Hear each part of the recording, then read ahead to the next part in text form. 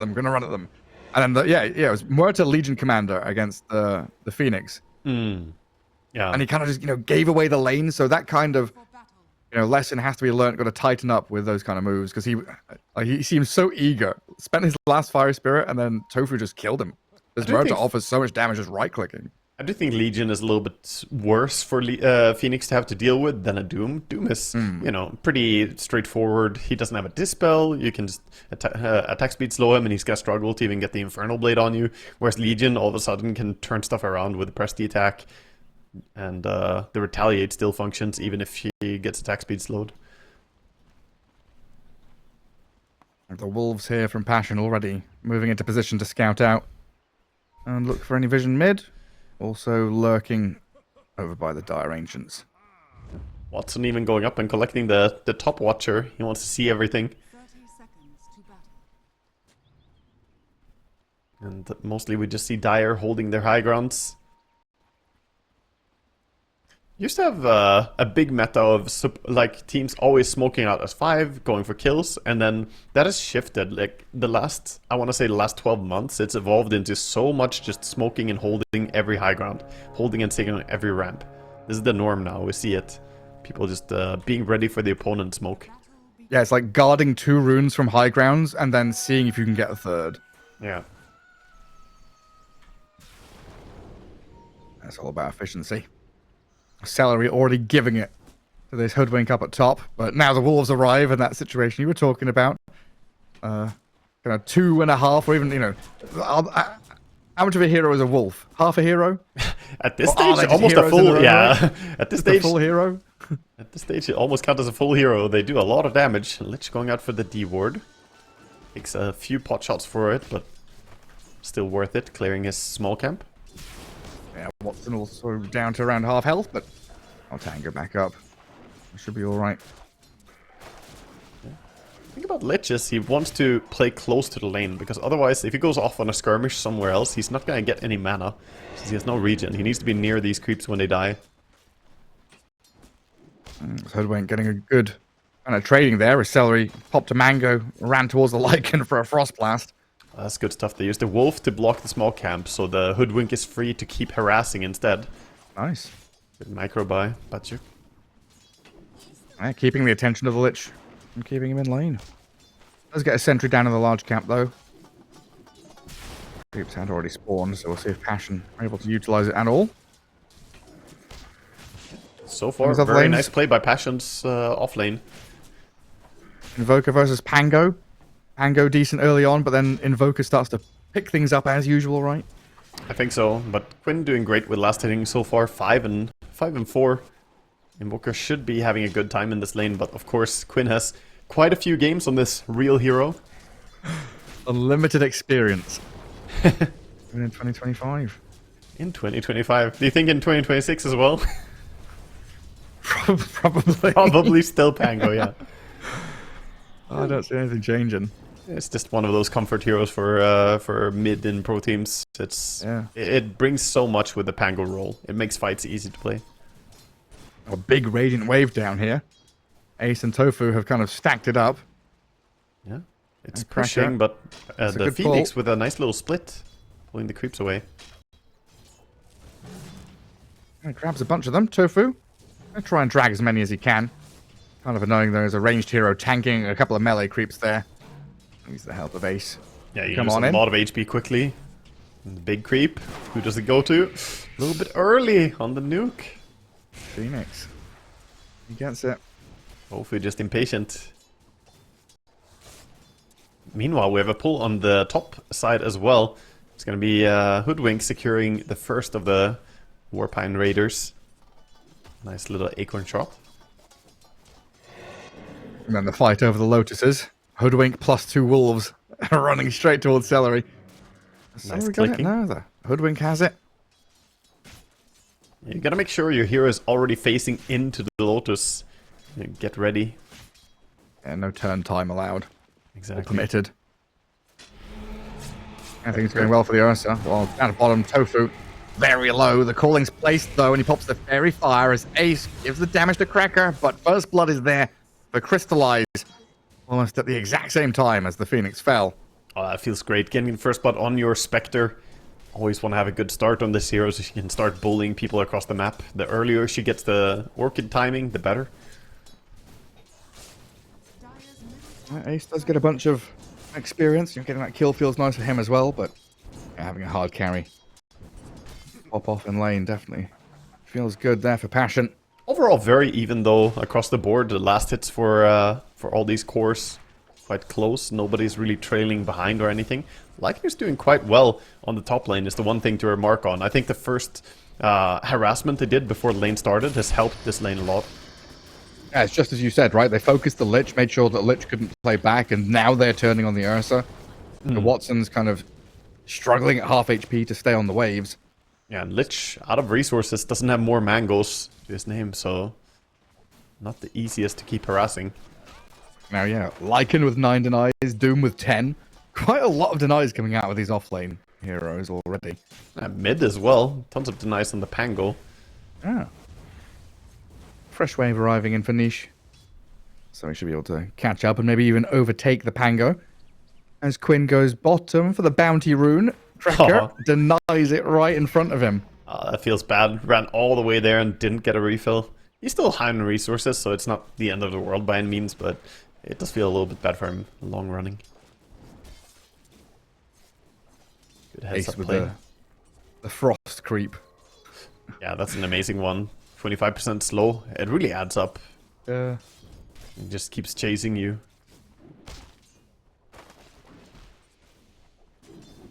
It looks like Celery might be making... No, never mind. I thought he was going to be making one of his signature moves. 5-minute twin gate play, but he just goes up, places an observer ward. Maybe expecting Phoenix to come in behind them. Yeah, he wants to keep the Ursa safe, since the lane is going, you know, decent, but he's been taking a lot of damage on Ursa. Don't want someone sneaking behind him. Now they do get a bit aggressive here. Bushwhack and the Acorn shot. Watson still on the Lycan with the Fury Swap stacking up, and that's it. And now Fernand's with Phoenix's backup. Trying to dive onto this Ursa. Turnaround play. Tornado. The double tornado. The Invoker arrives. The double rotation comes in, so the kills goes the way of Invoker. Oh, that's a happy Invoker getting fantastic first rotation out of the mid lane. This does free up the rune control for Quinn at least, so he gets that rune. Nobody else was on it. Good punishment coming in for Passion, not just losing their Lycan up top for nothing. Pango's setting up on the Invoker. Yeah, straight Diving rolling under thunder tower. out of the fog, but Niche is already ghost walked. No detection in there. They have sentry on Lich, but he's not quite close enough. He's too far away. Ends up wasting his Pango ulti. Still want to go in though. Tofu is lurking and comes forward, but a good tornado. Niche inside the calling with a swashbuckle landing. This Invoker close to death. They hit away and they've got it. Gaimin Gladiators, it took them a little bit, but they'll get the Invoker and a Courier. Yeah, worth it in the end. Aggressive play. Nice to bring both the supports towards mid like that. And meanwhile, they're not even losing out on Wisdom or anything on the side. So they're going to be able to go back and get it. And Quinn's even diving mid lane again, keeping this Hoodwink at bay. Lich with the Sinister Gaze, the Frost Blast, and a bit of this Pango damage. I don't know if they can dive tier 2 though. The Tornado's going to hold them in place. Kill off the Lich now as Quinn is completely out of resources. Might be able to 3-1 chase charges. this. Bushwhack. Slots the bottle back in. He's got a shield crash. He's got a dodge on the Bushwhack. And Quinn can maybe swashbuckle away as he has regen enough to get to low ground and TP. Oh, but he's being tagged by the cold snap. Under tower, he'll die. Invoker just getting kills everywhere he goes. He did die once mid, but that's 4 kills already in 7 minutes. Fantastic start for Niche. Yeah, and important as well. Looking at the net worth of the Gaimin Gladiators heroes compared to these Passion ones. It's Dire who's starting to get the advantage. Lycan, who's had a good lane comparative to what he should have had against an Ursa Lich, right, is still bottom of the net worth out of these cores. Yeah, that's very true. The last hits are really high on all the Gaimin Gladiators. Of course, are doing very well. Another roll and Doom. And Doom. This time they've got reveal, right? They can see this Invoker, slice him while he's invis, and they'll take him out. Spectre. Got a jump up top with a Shadow Step. He didn't even have time to get the ulti out. He got caught by a Bushwhack on Ursa. And after that, just dead. Doesn't feel good to die with ulti ready on Ursa, though. It's your first real lesson as the Ursa. This Hoodwink continues to get run at in this mid lane. The tier 1 is still there, guys. And Gaimin Gladiators are just like, wow, we don't care. We see heroes, we get kills. Yeah, just playing for kills. Even scouting out that the enemy has stacks on big camp as they invade here. Only a double stack, so don't have to stick around for it necessarily. So yeah, the kind of game plan there being shown off by Passion, right? The way they start fights is Hoodwink is in the trees or Invoker is in Ghost Walk. They start the fight to allow a Shapeshift and a Shadow Step to come in. They've got this kind of catch into global or catch into chase kind of lineup. Yeah, they want to try and provide vision, and then Spectre's going to haunt, and in particular, when you get the Orchid, oh, Invoker walks into Sentry. Dangerous times for him. He does have this EMP to burn all the mana of Quinn. And some of his liches here with Tofu, they're defending the Pango. After he lost all the HP and mana, he might still die to this Hoodwink. No, we don't have level 6 Sharpshooter yet. And Quinn backs up. Very close. Passion just biting back immediately after losing a hero before. It's like, yeah, who's in trouble here? Invoker under Sentry or the Pango just losing all his mana so he can't cast spells? Yeah, very difficult. Difficult for him to counterplay. They do have Lich ulti ready now, though. On the side of Gaimin. And Phoenix a couple of creeps away from 6 himself. This Tornado EMP onto Quinn's Pango is very annoying. Oof. He's got no resources. No, the Chain Frost bounces back and away from Cracker, but Tofu is there to finish the job. 10 seconds, Glad 5 it's seconds for thankful the to get a Shadow kill. Step. Has to be cautious now that Spectre don't jump you. Oh, this Phoenix is desperate for 6. What is he, like 5 experience away from it or something on Cracker? Yeah, it was incredibly close. It's 2 experience, or yeah, 12. Yeah. Very close. And Doom just going to charge across the mid lane. Straight through the tier 1 area. Like how Ace just walks in. He's like, hey, I'm here for you, Invoker. Okay, never mind. Oh, we've got Bracer, Null, Drums, Phase Boots, pretty tanky and very speedy. Yeah, he also has Gaimin the Gladiators. Hurricane, so he's not scared about them going on him. He can pull himself down low ground. Catapult Wave, for now, kind of slowed down by the Glyph and the Fiery Spirits. Tier 1 tower is eventually going to die, just a case of is it going to be a deny? And he says, yes, it's mine. Supernova onto this Lich as well for a Shadow Step kill. Cracker picks it up. Passion really just not afraid of using 2 ultimates to snap into action and kill a Lich. Yeah, it cost a little bit, but I mean, Spectre ulti, you're happy to pop whenever. Phoenix not having his ulti now, though, could make it difficult since it feels like they want to go top and push and take the tower. Without Phoenix ulti, we might see a defense from Gaimin Gladiators. They have Doom ready, they have everything. Lich ulti is up in 15 seconds too. So, why doesn't my Lycan have Helm? Because he's Alpha Wolves. That's it. So he picked Alpha Wolf facets. This is what I was talking about a little bit before the game started. This facet has been explored with a lot. It has merits. The Wolves are really annoying when they get the 100% evasion ability that they can activate to hold up. We get a dive on Invoker. Yeah, Rolling Thunder into Sinister Gaze, but there's this Phoenix playing from the river, throwing Fiery Spirits at Lich. Sends them all away. They think better of it. Thank you. Team back out so I can continue making the point. This is really a level-based facet. You need a lot of levels to get your Summon Wolves maxed out, since it's 6 levels max. So the Midas is, you know, looks a little bit odd from the offlane, but when you play this facet, it's the correct build. I just still personally prefer the other facet. I think it's more impactful earlier on. And this is more of a like carry from the offlane rather than the tower pressure zoo lineup. A little bit, but also the ability to root the enemy with your wolves is going to be useful here for Spectre and Invoker, the global ganks coming in. I mean, that's what we were kind of missing in the draft, right? Was an additional bit of lockdown from their offlane. Yeah. So he can set up for a Sunstrike with the wolves later on. Just hold the enemy in place. He has level 5 wolves, so he's working his way towards that level 6. Pango is on him. He's going to pop the Shapeshift. Deciding whether he runs in or runs out. Pretty low HP on Batyuk here on that pushback, miles away. Quinn has Illusion Rune. I'm going to pop it here. He swashes to high ground. Sharpshooter's off the mark. It's fine as his diffusal blade's delivered. He was holding the illusion for a long time. They're probably worried about Spectre haunting in with Orchid. Doesn't want to use the illusion early and then just gets silenced immediately after.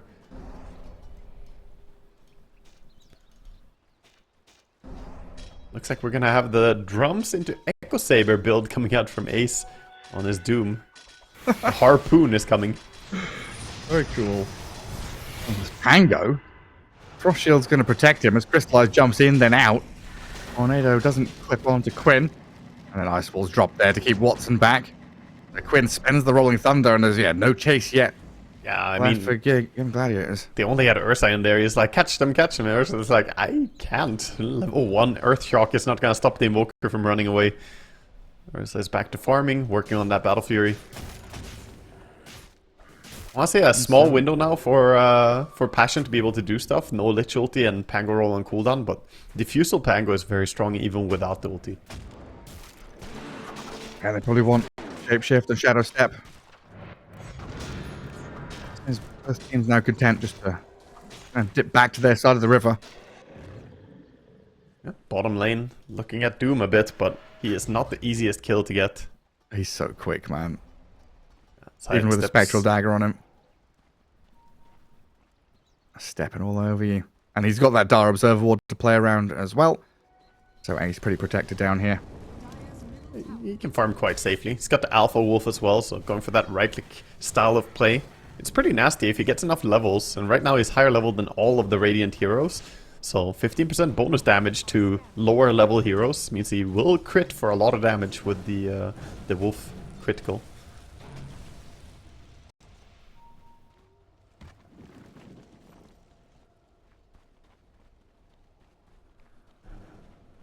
Basho just running from camp to camp.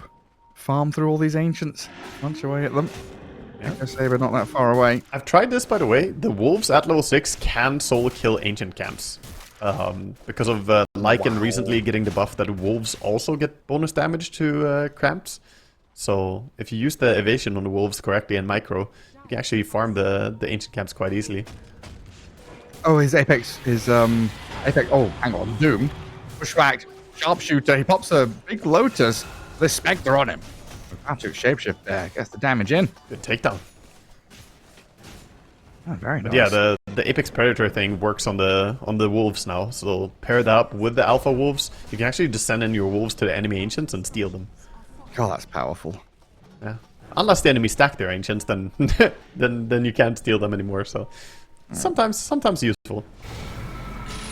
Hoodwink. Little hoodwink. Yeah. Down in the river, not a safe place to be. Yeah, pinging out the vision pretty immediately there. As the Gaimin Gladiators saw them coming. Yeah, he pinged that there's vision, but I think he pinged on his own ward. So probably doesn't know exactly where the ward is. There's a lot of pinging from both teams. Like right now, Gaimin Gladiators pinging. Atco. It's Lycan getting gone on by Quinn and Tofu. Somebody dies elsewhere to the Phoenix as Lycan just gets sliced down. Very clean. Lycan without ulti, an easy takedown. Pretty useless hero when he doesn't have his transformation. And Pango with the regen rune feels confident enough to maybe step in for more. A lot of heroes in that area though, and you don't want to underestimate the Spectre joining in. But for now, Gaimin Gladiators farming really well. 3,000 gold lead. Building a bit of an advantage. Yeah, what's that Ursa up to? 'Cause it feels like Ursa's going to be hitting his stride soon. And thinking about Roshan as well. Yeah, he's got the Battle Fury, and I believe he has the Blink as well. Yeah, Blink is on the courier coming out for him. So now is probably when he starts getting involved. Ursa is pretty AFK until Blink Battle Fury, but now he can definitely look for kills. Any pick off now on top lane, and they could go for Roche. I remember the days Ursa was just a laning hero. Lane dominate and then kind of flounder around. Now he's a... Deja vu. Yeah, exact same position. The same heroes, the same 3 heroes catching the same hero in the same spot. What the hell? Wild. He's got a scheduled meeting with him. Yeah, Ursa now much more of a timing hit hero. Yeah. Battle Fury Blink, then like BKB Basher, and then you're a monster in the mid game. He's been spotted. The wolves can't really stop him from going through the gate. Root doesn't do that. He is spotted by the observer and sentry here, so they know that he's going for Roche. Quick reaction, TP top. Don't want to give a free Aegis away. Can they bring everyone, though? So Invoker's also TPing across, but he's third mana pool? See what he can get done here. Spectre, of course, can shadow step in once they get vision, and they see Tofu destroy the Muerta with the wolves and the hoodwink, while Roshan bashes Ursa. Supernova placed down. Good EMP tornado on this Doom. Ace being focused down by the Lycan and Spectre. They got the Aegis. Ursa picks it up, but now Watson's on the run, while Quinn slices down the hoodwink. Celery looks like he's going to die by the Twin Gate. Passion come in and win a teamfight around Roche, but Gaimin Gladiators get Roche. Yeah, in the end, I mean, that's a super good move by Passion. Going there and contesting could have gone even better. What if they got in on and actually managed to steal the Aegis as well? Either way, getting some good takedowns. Gaimin Gladiators, you know, they lick their wounds and run away. The Ursa did at least get the Aegis, so they can play around him now. And I believe they have Manta Style completed on the Pango, so he doesn't have to be worried about that Orchid and can now play much more aggressively. The Orchid on Spectre is really a timing item where it bullies the cores really early, and now it's going to fall more into, okay, I can go into support, you know, I can go on this Murta. Which is also why Murta has itemized in an interesting way. It went Ghost Scepter first item to deal with Spectre's Orchid. And Ghost Scepter Murta is pretty fun because she can still auto-attack during it. Cracker, Yule Scepter holds back the Ursa, but there's still a Panga there chasing you. Ouch. Poor Poor little Phoenix. I kind of wanted to forearmor. comment on that. The Muerta, oh, hang on, is the Ursa dead? Oh, crystallized with his hoodwink. They found him. Aegis down with no commitment, really. Alright, Aegis to spend like that. Well, you could say it did its thing, you know, he was walking on the dangerous territory. But yeah, definitely not what he wants, though. He wants to be able to play more aggressively. Now we have Murta walking in under vision. That's the help from Pango. So yeah, the Ghost Scepter also good against this Lycan with all the physical damage. Yep. But the point I was going to make was that around that Roshan, Tofu was the first point of contact. Right, Murta is going to be the hero here for Gaimin Gladiators that kind of walks in and starts fights in these awkward situations because she can pierce the veil into Ghost Scepter and kind of survive against that first round of physical damage anyway. Well, yeah, she kind of had to, at least, because someone had to go first. Ideally, she wants her teammates to be able to lead the way and charge in. But yeah, I'm not saying that's normal. I'm just saying in awkward situations like that where you got her. Yeah, exactly. And I kind of allowed her to. And a bit of survivability is needed, because otherwise you end up feeding. In fact, I went for Ghost Scepter on both their supports. It's double Ghost already. We should see a really early choice for Nullifiers on the Radiant team. And they have great Nullifier buyers. Oof, sounds right. Oh yeah, would that have killed him? Nah. Would have been. It's level 2. Oh, it's level 2. Never mind then. But you know, it would be stylish. He's yeah, hit him. Well, he just saw a Tormentor, so he went for a Scout. Anyway, they get Shard for the Murta. Not the most impactful Shard necessarily. So far, he's sitting at 0% gained. It is retroactive, so... But now he can spell Lifesteal. Always something. Yay. A little bit something. I mean, getting a Lich Shard would have been insanely much more useful, so... Could say they lost the 50-50 on that one. Celery says, okay, I'll buy my Shard then. He's 50 gold away. Pretty much a key item on Lich now. Manta's here for the Spectre. Nullifier already queued. They should, while we're talking about the Tormentors and the Shard, I think Valve should probably fix a certain thing. You can disconnect before you take the Tormentor, and the Shard gets passed to the other heroes. It's, really? Yeah. I've game the system? Yeah, just by disconnecting, and then you reconnect. So if you have a hero with useless Shard, you're not there. Obviously, this is not a legal play for tournaments, but in pubs, people are doing it. It's, you know, not necessarily a bannable thing where you can get banned for disconnecting quickly. Yeah, exploiting a bug? I don't know. That's what Dota is built on, Gareth. Bugs. A bit naughty. But that one should probably get patched out. It's stupid. Well, double scan going to come out here around the Radiant Ancients. Not sure which one's which, but I guess that's the Radiant one which turns red on Dire Heroes.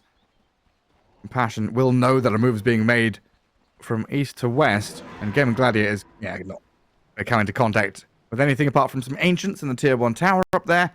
So good scan, good info, good dodge by Passion. Take the tower pretty quickly. Ursa has a lot of damage. Gonna go for the Ancients instead though, doesn't want to reveal himself yet.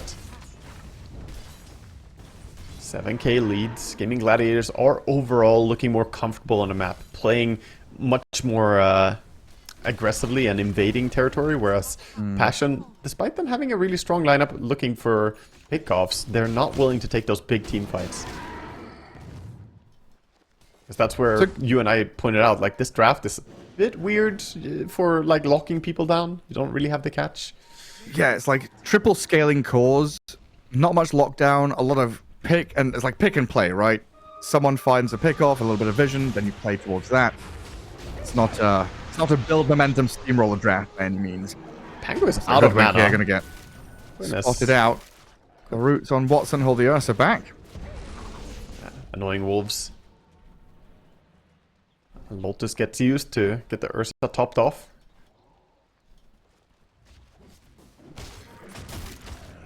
Yeah, can we come back to the Doom Echo Saber? Because it's like, that's a cool item. He's picked it out, he's got the Alpha Wolf, he's got a physical damage scaling. He's got the Harpoon We've now. seen Amar do a bunch of this. Yeah. And now Harpoon, yeah. Yeah, so this is sort of new age Doom. We've seen, I want to say Amar was basically the one who started doing more creative builds around Doom. And in this game, I don't really see a target that he needs to like blink on and get them, otherwise they lose the fight. And then you can go for this. This is a strong fighting build, where he's going to auto-attack really hard. Ecto's onto Tofu. Can't escape from that, apparently. Ghost Scepter on cooldown. Just gets brought down quickly with the silence. Crystallize, finding those moments. And it all started with the Phoenix kind of baiting them, like diving forward, running back. Here's the thing. Opening They're things up. 6,000 gold behind right now in Passion. But I think Gaimin are the ones who have to do a lot right now. Because once the Nullifier comes up on Spectre, it's going to get difficult. Those supports are going to be food very quickly. At least Lich is going to die off cooldown if he shows. And even something like Ursa, he's not going to be happy against the Nullifier. Removes the overpower. Lose that attack super speed. annoying. Like, even just for momentum's sake, right? We've had this Ursa farming for 25 minutes.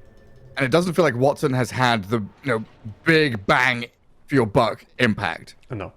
His net worth hasn't really indicated. Lost the Aegis early, so then he went back to playing defensively. Yeah. Yeah, like the impact hasn't come out of this investment, which Gaimin Gladiators have put into him. So I feel the same. You kind of want to get Watson involved now. Go get some kills on cores, open up this map, look at tier 2s, and create a nice portion of the map for next Roche, which you kind of desperately need. Yeah, it's always concerning. Like, quietly going into the night against this Spectre gameplay. Like, Spectre is 404 and looking to make it 5. Yeah, look at him. He got him. The Orchid. The wolves. He's already dead. The Spectre don't even need that Sunstrike. Batuk's the one to get the actual last hit. Yeah, that's what we were talking about a little bit. The wolves setting up those moves. Sunstrike and Spectre Haunt. It's pretty nasty. So I can see why he went Alpha Wolves. It's annoying to play against. You didn't even run into a hero. You just ran into 2 dogs and then you died. And you're protected by a core, right? Usually when you're in this buddy system setup, which Gaimin Gladiators, love. They love spreading the map, having this kind of 2-1-2 or playing a 3-2 so they can join and connect elsewhere. You can't do that against this because the Lycan Spectre is going to pick you apart, find these stragglers. Yeah, it's very difficult. Now they bought Gem on Lich, so this is a big investment. He says, these damn wolves, I'm gonna see them before they see me, at least. They don't have that great vision. With the True Sight, he's gonna be able to see them and not have a repeat of what happened. Yeah, Spectre has enough gold for a relic now. Usually we see these vision heroes kind of use vision to start a team fight. But this is, exploiting the wolves to the maximum. You don't need observe world. You don't need to have this deep vision placed by anyone. A hoodwink or an alpha wolf can just scout out and start. Yeah, they're looking for Spectre, but she's gonna stay back, not going for the big camp, playing it safe. Under vision now, gonna get pulled. Hello. There's the jump. A big ticket target to take down as Crystallize disappears. That's the impact from Ursa. Finally joining, has the Basher as well, so he is looking monstrous right now. With Enchanted Quiver, Basher, BKB, this Ursa is ready to melt some heroes. And this is where the dominoes start to topple, right? Is Tormentor back up? It's There's not a up Wisdom yet. Rune there. Yeah. But it's like kill onto core into objective. Roshan is back up, which they could go and take.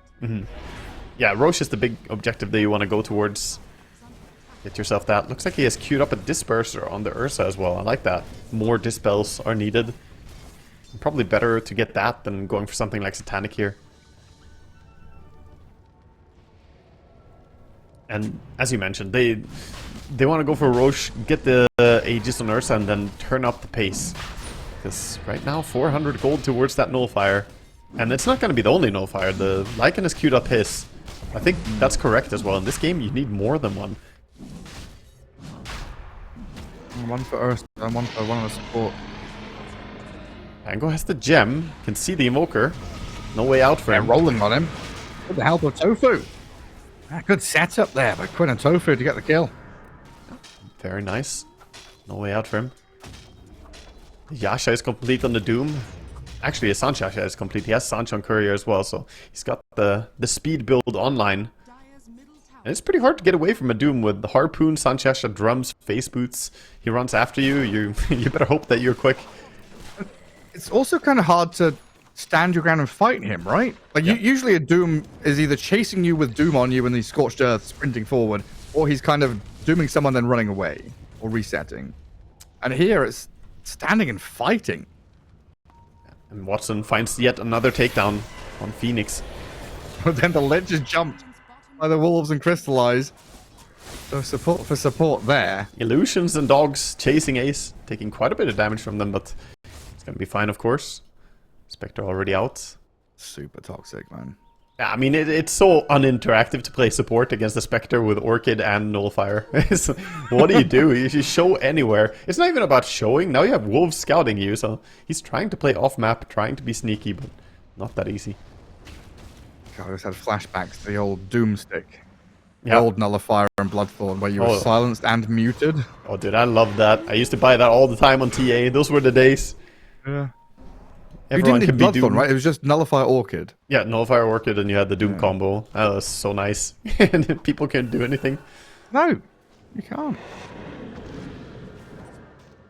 Wild. Oh, Bashik, playing like a Naga Siren, runs down into some fog near a lane, throws the wolves out, and cuts wave. Well, it takes a bit for them to kill these wolves off. Oh, the Doom. While Spectre, oh, jump in, jump out, Ace BKBs and runs away. Gotta be careful. Tanking the Sunstrike there, take quite a bit of damage.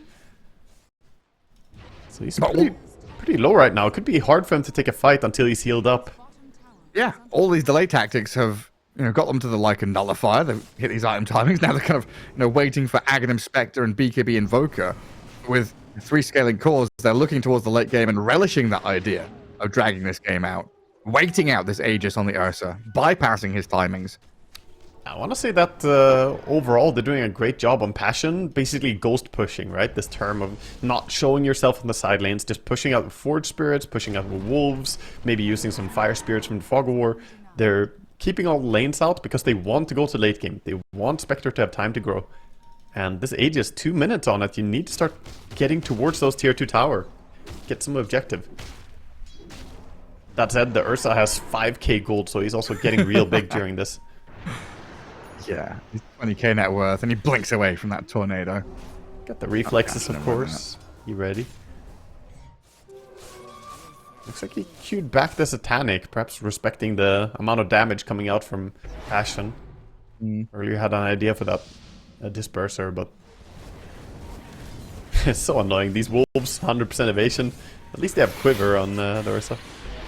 Look at this, guys, right? Jumps in, pops spells, pops banter, jumps out again. 30 seconds later, he's going to be able to do it again. Yeah, but this is a timing window. You have to play on these timings. Spectre cooldown. Now they go for a tier 2 tower bottom.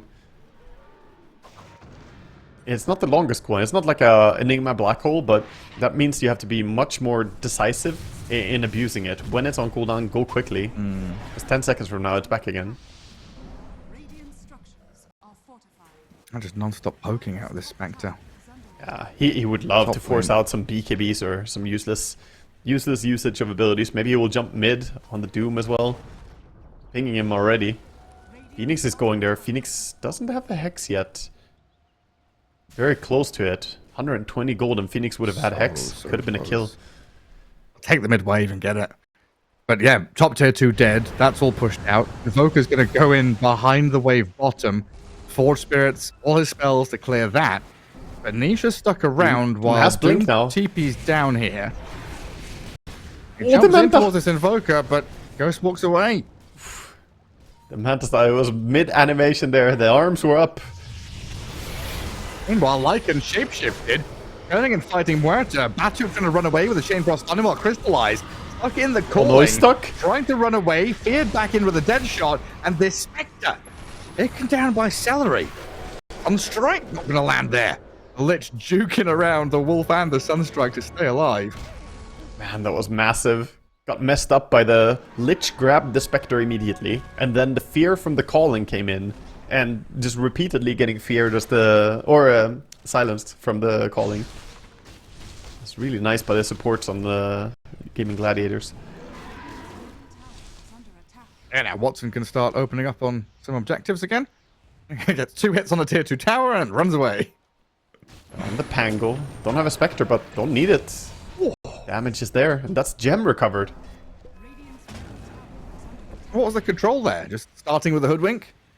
Yeah, I mean, they have the Hex. It was the Phoenix Hex. Phoenix Hex, Sunstrike, Sharpshooter coming in, and Bushwhack. Tons of damage. Incredible kill. 60 seconds, no Quinn. It's gonna slow them down a little bit on Gaimin Gladiators and give time for Passion to go over and take this Tormentor. Keep building. See who gets it this time. Phoenix doesn't have his yet. It's gonna go to Invoker though. And the Wisdom Rune as well. On the other side, Ace gets their shard. What's in the Wisdom Rune? Got a bit of quiet now as it feels like Gaimin Gladiator is waiting for Panga to respawn. That age has expired without too much of a bang. They got some tier 2s, but they got a tier 2. And then a couple of hits onto the second tier 2. It's been a bit of a slow one for Gaimin Gladiators. I mean, they don't have the best building damage, is what it comes down to. Looking at their lineup, like, who's gonna crush buildings in the early game? Ursa can do damage, but then he's committed to, like, he has to use Overpower to do damage to buildings, and then you can't fight. Right now, 3 Observer Wards on the Phoenix going in and looking for some vision for his Hex. Wants to potentially set up for the Spectre to haunt in. Gaimin Gladiators having nothing. Oh, they nothing might jump to do that. with this. You see the Ursa? Blink Hex. They got the Blink ulti out. and they actually got him. Catching this Ursa, and Watson's dead.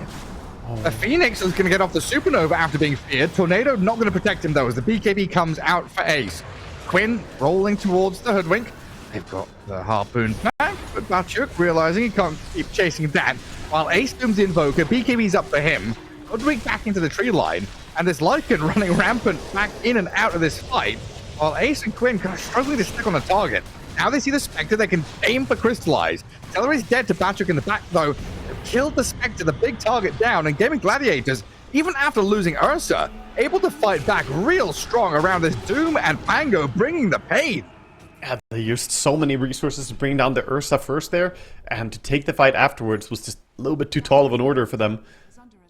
A lot of things were expended on all cooldown. Spectre not having her ulti again. Gets caught, and in the end, huge fight for Gaimin Gladiators. Now they're able to go out on the map again. They already had a net worth lead, now they're going to keep building on it. Invoker They're fast. calling in some support bottom. Phoenix is coming. Niche, half HP, but going for this. Meatball misses. Cold Snap's there, but Ice Wall off the mark, and Ace is even turning to think about fighting this Invoker. Now, though, with a Gleipnir, EMP dragged back. Bushwhack not going to land, and Ace is set free. Yeah, In the back, though, who's that? It's Pango. Quinn. We're looking at this Phoenix. Rolling in. Can he find him in the trees, though? That's the question. On the hunt. Where did he go? He's popped off down south. Doesn't see him anymore because Phoenix dewarded over there. He didn't find the sentry ward though, so he's gonna get dewarded himself in return. Sneaky little sentry under the tree.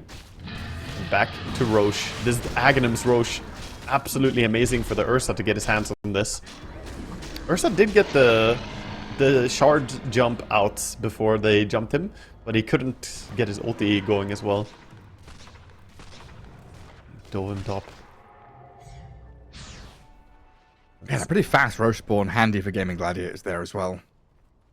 Yeah, definitely. Just straight out. Anytime you're playing Ursa, you just want to cycle that as soon as possible. See what items come in here. Got ninja gear on the Ursa. Fantastic for getting some ganks going.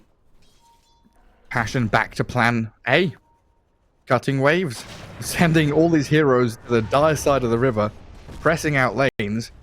Making sure that, yes, okay, we lose Roshan and Aegis, but we've got map space here for ourselves. We can get to our next round of items. We forced Gaimin Gladiators to go back and maintain all three waves. And look at them. They're looking for the Lich. Lich wants to defend top, but it's so dangerous. Gonna send Doom in instead. Lich still might get gone on, you know? A Sunstrike there. Hoodwink finishes him off. Doom powerless to do anything about it. Spectre just giving the treatment. Worth mentioning though, Spectre has died a lot of times and had her farm slowed down. She's being part of a lot of nice engagements here, but she's sitting 11,500 gold behind the Ursa in farm. The farm difference is serious. Obviously, some of that is the consumed Aghanims, but it's still a big difference between the two of them.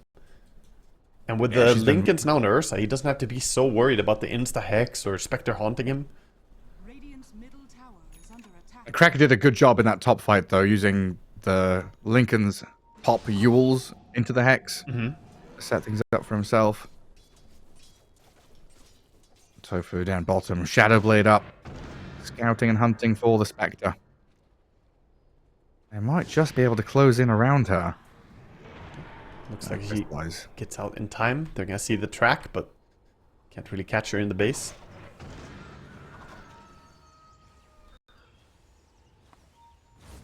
Invoker is running in from behind, but worried that he's gonna run in some vision. Being careful about it. Ace is going to TP down here onto the Ursa. Level 2 travels. Oh yeah. And Phoenix didn't go and cut that bottom wave. He was wanting to. Nisha's going to do it instead, it looks like here. Move through the Twin Gate. Send these solutions. So they have to go with this wave. Doom They have went to go, in. and they will. An overplaced. A focus on the Lycan, though. Batchuk sliced down Quinn. Gets the finish. Egg will land. And Quinn now being turned on, but he's got this little roll out to get some distance. In the back, there's the Spire placed. Looks like Celery defending himself against the Spectre, trying to jump back in. And that was Haunt, the Spectre Aghanims used, and also the Supernova down. So without having to expend their Doom, get a really good fight. And Pango with the Octarine Core doesn't have that long cooldown. He's level 25. He's going to have his ulti soon again. They've got to wait for that next wave to come. Mid lane does get shoved, but they've also got to go push out top. And you can't just be playing one lane and committing to that. And Gladiator is trying to set up the entire map for themselves. They're looking for Pango, but look at Doom. He's sitting behind. They're trying to bait this. Yeah, it does allow Passion to move out of their base, and that's what Gaimin Gladiators are relying on. So they move on to Doom and Pango. They both show there. Passion backing up now, diving away, in fact. Come from Ace. He senses his weakness. He's turned on quickly. The pushback into Sunstrike. The damage is good. Quinn with the Rolling Thunder. And now Ursa arriving. They get the Invoker to the high ground. He might be stuck there. On the edge of the cliff. Still up on the high ground. Not spotted. Just leaving the poor Hoodwink to be taken down. 2 supports for a core. I mean, that was a very, very quick blow up on the Doom. Killing him before they could really react, but they do punish in the end. Getting the supports.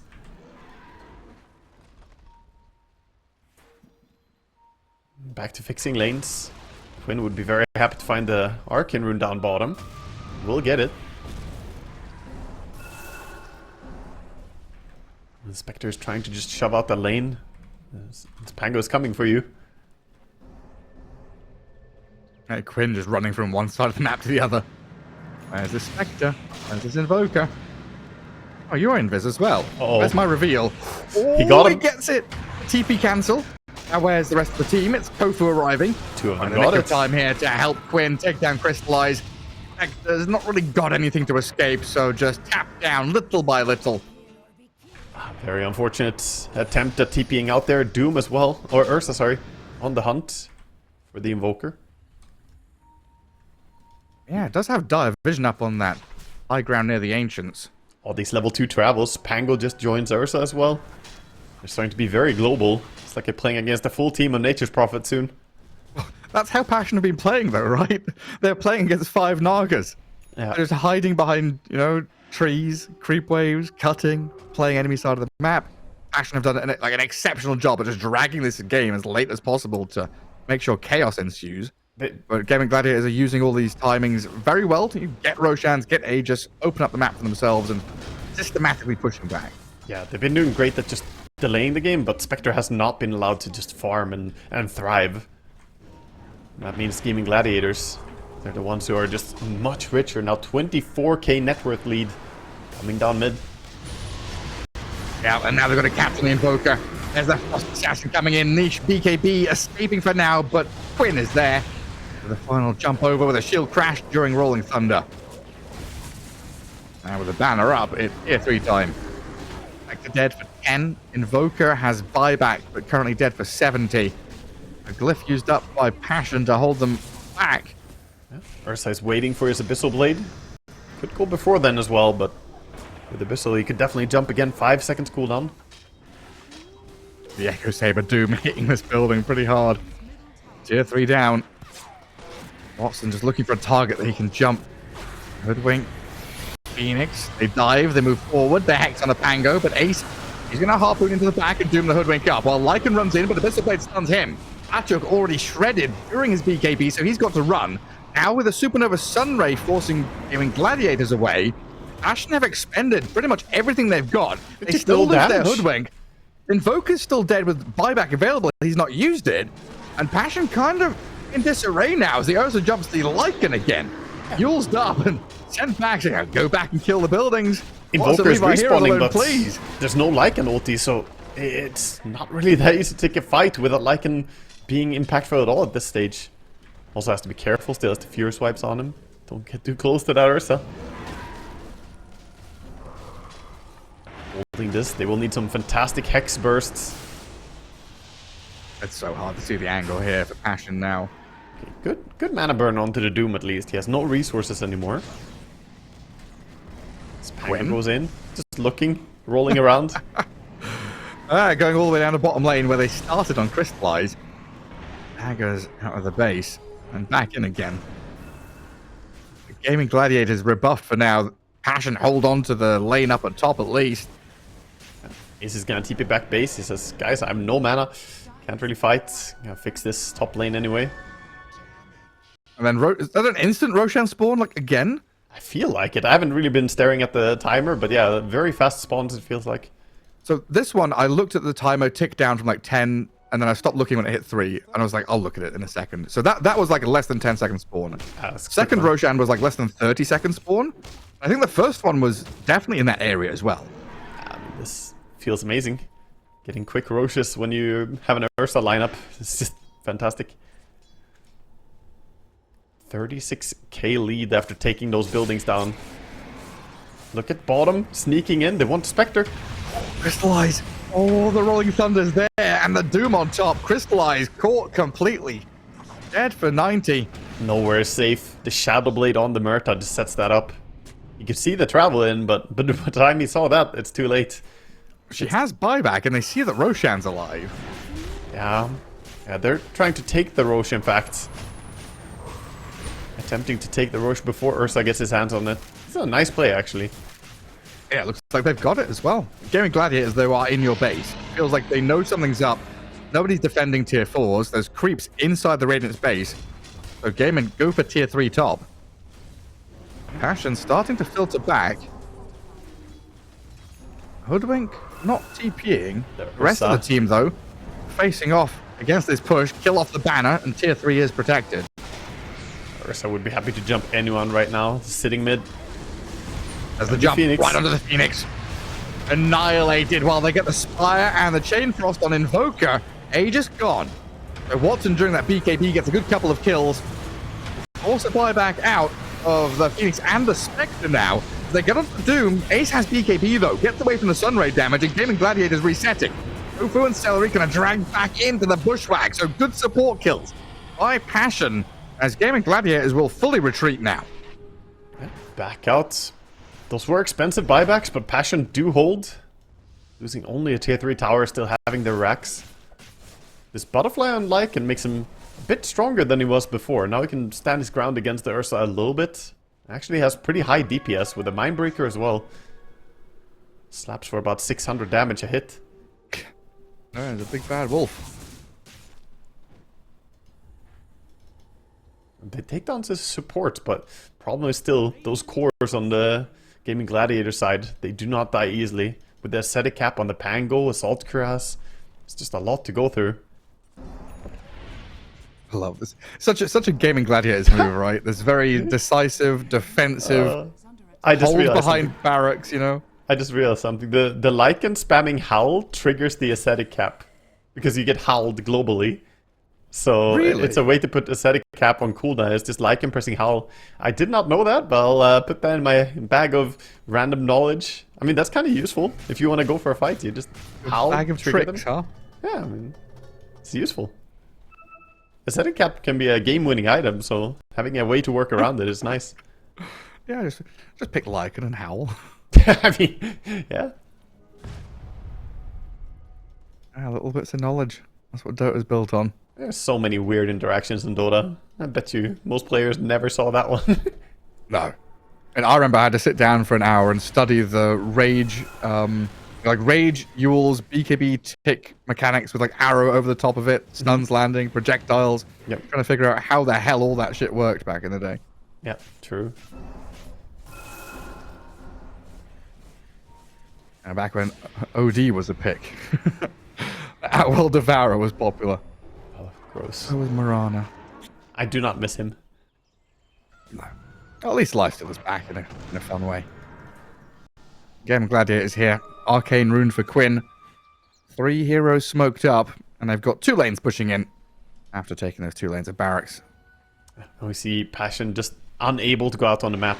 It's funny that they're the team with like wolves running around and scouting, but they're the ones who have to be scared. They cannot fight into the lineup of Gaimin Gladiators right now.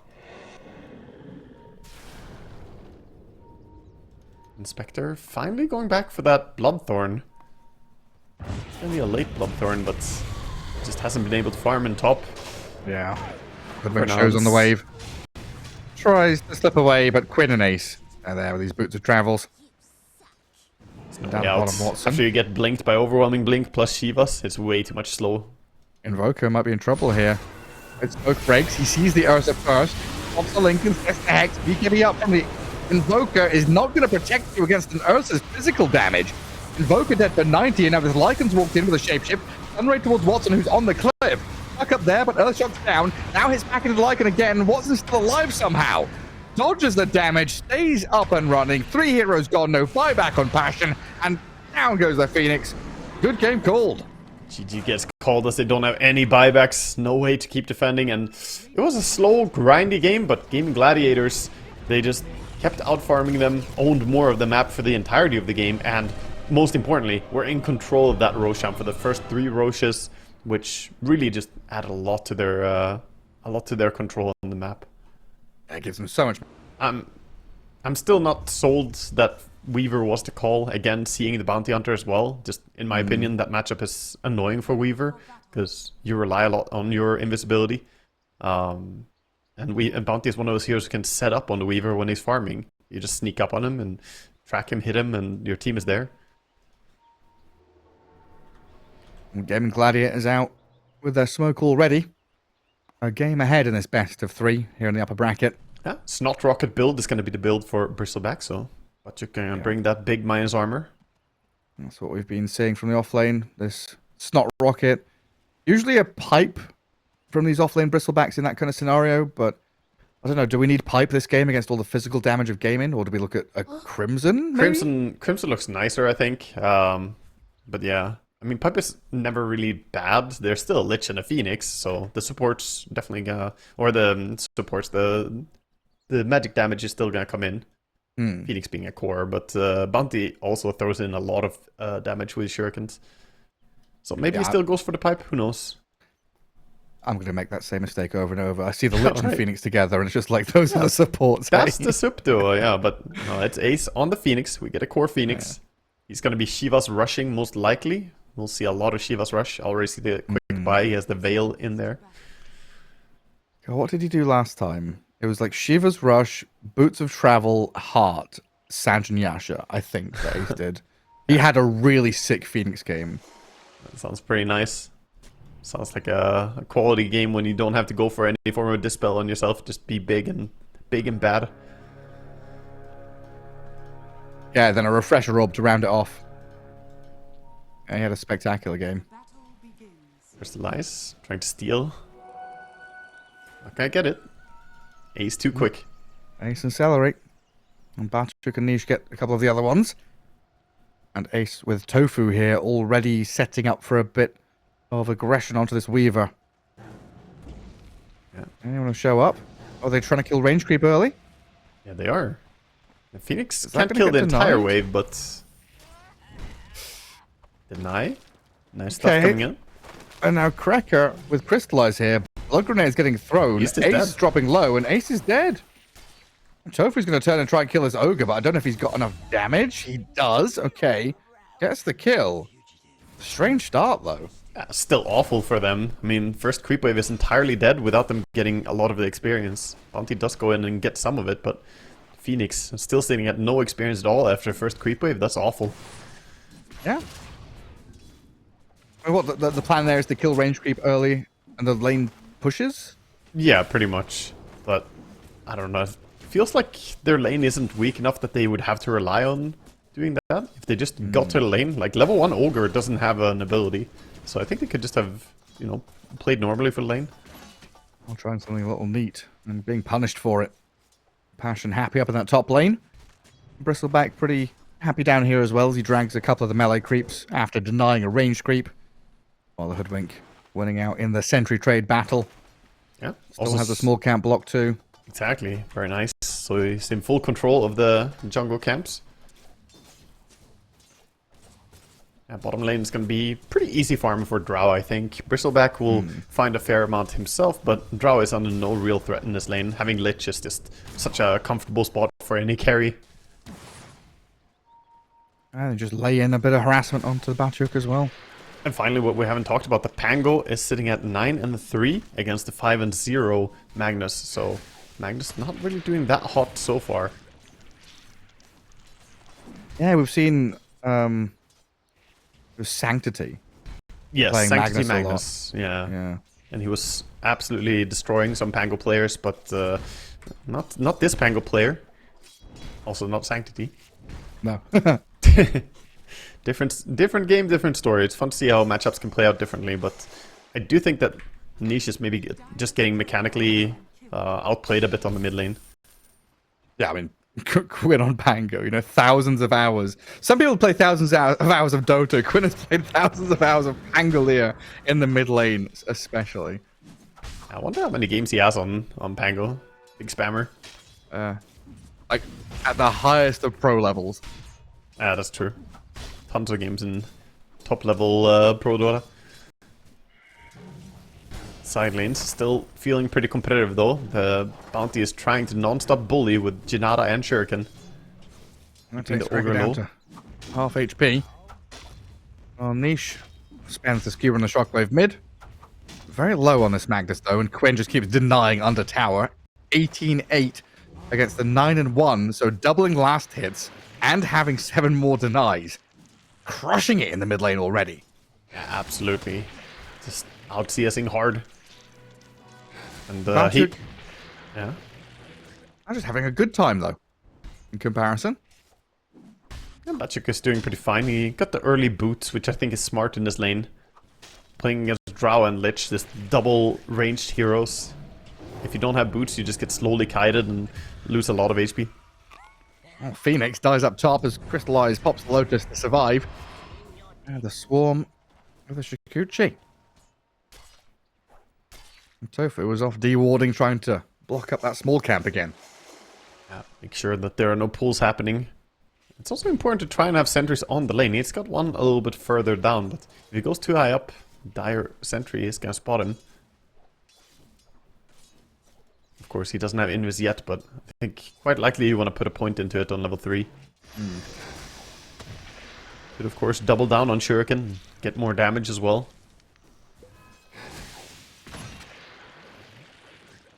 Hoodwink kind of playing with fire there, trading into the Lich. Head on. Celery controlling that left side of the lane. Arctic tries to find whatever last hits he can. Play a little aggressively there on the Lich, throw a few spells at him, but the Drow Ranger can always protect from range. And then join in with the slows. Yeah, doing a good job playing close together, the two of them. Watson's like a little behind the rest of the pack. Him and Magnus. Lagging behind in the last hits just a touch. Yeah, I think you'll probably catch up decently though. Top lane continues trading here. Bounty keeps running in, trying to do some damage to the Weaver. Nice grab on Lich. Out in the open. Finish the gaze onto Bristleback, but damage was done. Multi-shot and the frost arrows. Watson just needs another touch there to get the trade. Good for Watson. Yeah, very nice. He's happy with that. And Lich probably not too mad about dying either. Need to get some extra mana as well. Ace again being run at. Phoenix having a real difficult time staying in the lane. The Crystallize now going to feel the Lich's rotation as Celery shows up and they get the kill. Oh, the sentry from before just barely gave enough vision for them to kill him. He did get the Shikuchi off, but an old sentry reveals him. Now going under tower? Okay, just a bit of poking there from Tofu. Yeah, good relieving of the pressure for Ace. Now Celery can go back through the Twin Gate, go back to normal laning. Easy to get over aggressive like that, like, oh, we can dive. You play close to the enemy tower, but you didn't respect that Lich died just before, so it wasn't awkward for him to TP top. He was sitting in Fountain just looking at that like, yeah, I'll join. Yeah. It's honestly a big thing to build in as a habit. Like, when you see people dying, keep in mind that counter TPs are much more likely when the respawns are coming in. Oh, I thought you were meant to be like, where's Miss? You know, nobody said missing. Like, there's a message on your screen that says we killed them. If we killed them, yeah. They're not in a lane anymore. Are Nah, if you didn't call Miss, doesn't matter. That's one of my biggest bugbears. Dude, yeah, I've had that too. You like solo kill the enemy mid laner and then your side lanes get mad for you not calling Miss. Like, what do you mean? It's like, it's minute 8. What do you expect? Like, do you think they're going to stay mid forever? Ooh, double. Oh, cracker. And then TP's out as well. Yeah, put down the sentry ward so you could use his fire blasts. And Bounty, not gonna be too happy about that. Bounty is one of those supports who desperately needs level 6. Impact of the hero pretty much doubles since you can start getting the bounces out from the Shuriken. And that's gonna slow him down. I love that track. Magnus testing Weaver his is coming down bottom. The fake pumping. They want to collapse on the Drow. Crystallize, Fernand's, Watson's already TP'd out though. He sees this all coming, and so they'll go for Celery instead. Lich with the Frost Shield runs right back into the middle of all of them. Yeah, but that means this bottom tower might not be long for this world. Since Drow TP'd out, you die on the support, and the rest's not looking too interested in defending that. Yeah, they'll get some good damage with the next wave, but it looks like Crystallize for now is going back to top. Mid lane, Skewer RP under tower. Quinn, he's got roll up here, and there's no more stuns. So he's actually fine just to roll away and go get that DD rune that spawned top. He was calling for the TP, but the Hoodwink a little bit late to join and chain stun that. I'm not sure they could have got the kill if he was there, though. Yeah, like, maybe if they chain stun him and don't let him use wand, because that wand give him a fair amount of regen back. But yeah, close. Bristle is now the target. Phoenix is TPing in. Yeah, very low HP Bristle already. Hoodwink and Ogre, they're here to back him up with a good bushwhack, ignite, and fire blast. So Batuk gets the distance, pops some heals, and he looks like he's surviving even with that damage over time. barely lives. If you look the other direction, would have died. The Bristleback saves him. And Tofu's here to mess up some stacking. Yeah, does he block the camp, or does he just go for the kill on Hoodwink? Second option's better. Finish the gaze, drags Fernand back. The stack happens, but Hoodwink dies, while Quentin's going to pop this DD rune. Diving on a tier 1 tower, mid onto Cracker. Shield crash, glyph the creep wave, keep that melee creep alive to tank the hits. Oh no, Magnus, the Ogre stack? Magi down and out. His triple stack, he's going to lose that too. Yeah, that's a Big pain in the backside. Doesn't want that to happen, so Batro's going to come in to try and help it out. But this Supernova zones them away. Celery dead to the bristleback, but Quinn has a little bit more mana. He doesn't have it, so can't follow through on the bristle. Even with that DD rune going. He had some cooldowns as well. Got the ulti back now. Still amazing stuff going on for Gaimin Gladiators. All those kills. Really good stuff for the bounty to be involved in as well. This is a hero that doesn't do so well at farming and pushing lanes and sitting AFK somewhere. You want action. And action is what you'll get. Power rune spawning in. Investigates bottom. Rune spawns top. Arcane for Tofu. Swashbuckle misses. Got a few hits onto Niche Magnus, but he's already backed away. Finally, the attempt is back on the tier 1 tower bottom. Doesn't look like they want to defend it this time on Gaimin Gladiators. I guess they didn't defend it last time either. It was just Passion didn't actually push it. Yeah, Watson fully evacuated bottom. Also a case of now Passion deward that twin gate where there was an observer ward from Celery. Gaimin Gladiators trying to play up to top now. Quite a healthy tier 1 tower, and Passion starting to filter back through that gate to defend it. But Cracker, the first point of contact here, drops low but turns with a stun and crystallizes with the damage. As Weaver struggling to finish off the bounty hunter though. Nice pushback away from the Quinn. Hango, the bushwhack finishes off Tofu. Ace and Celery chasing the Hoodwink now though, so should get at least a pos 4 trade out. Yeah, Ogre stuck though in the trees. Cracker. He wants to fight. He wants to try and fight. I thought he was stuck with no TP, but he's come in here with a Magnus and the Weaver to turn onto Quinn. Nasal Goose stacking up, lots of minus armor, but the Chain Frost bounces could be good. Back onto Magnus, but stop now with a good Delta spit out of Passion, and Quinn just right-click down by Crystallize. Another dive from the Phoenix, takes out the Bristleback, the Egg. Oh, Crystallize can't finish it off on his own. You see Celery to the left, wants to take down the Lich, but the Frost Shield protects him. Skewer through the dive. Ace still fighting. Oh, Niche Magnus in serious trouble as Tofu comes back in, dies and respawns, joins the second wave of fighting, and Crystallize with no time lapse. Could have been dead there, but the Gaimin Gladiators follow through was just lacking a little bit more. Yeah, nice stun coming in from Cracker. Respawns. What a bloodbath on the top lane. Just a massacre as multiple heroes go down. Meanwhile, Watson is like, I don't know what you guys are up to. I'm a chill. I'm gonna take mid tower. Yes, like what, a 4 versus 5 with multiple respawns and lives. Gaimin Gladiators with what, a 400 gold swing their way, 600 XP swing their way, actually come out on top overall. Yeah, that was really, really good stuff for them. I mean, the non-stop fighting has now enabled the bounty to get his ulti as well. He just walked under a ward and sentry, so they might try and go on him. Weaver nearby. He hasn't seen them yet. Weaver's gonna sneak up on him. The Ogre and the Hoodwinker here as well for the control. Tofu hits level 6 then dies. Yeah, quick and easy kill. And Passion didn't lose their top tower either, so they can hold on to that area. Meanwhile, the Bristle is farming over on the Ancients. Oh, that's where he wants to be. Make some stacks, farm some Ancients. Same story for Ace, who's looking to finish off that Shiver's Guard. And Quinn Pango, after Diffusal Blade, going Aghanim Scepter. He just tucks behind the tree there to pop the Invis, so sneakily out, making sure he's not under any dire vision. Yeah, same build we saw last game. Very, very strong. Get the damage going, get the mana burn. Amplified even.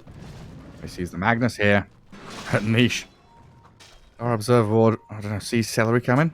Yeah, I saw the backline moving in, but that means they can deward it now. Retake that top jungle. Passion walking in. Acorn shot, bushwhack misses, ignites throne, and sharpshooters off the mark.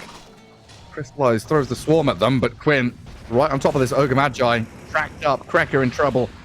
A Rolling Thunder should be able to secure this with some good bounces out of Quinn. Cracker not pushed to high ground, which I think Quinn might have been expecting there. The Frost Shield and another couple of taps will land. Yeah, very easy takedown.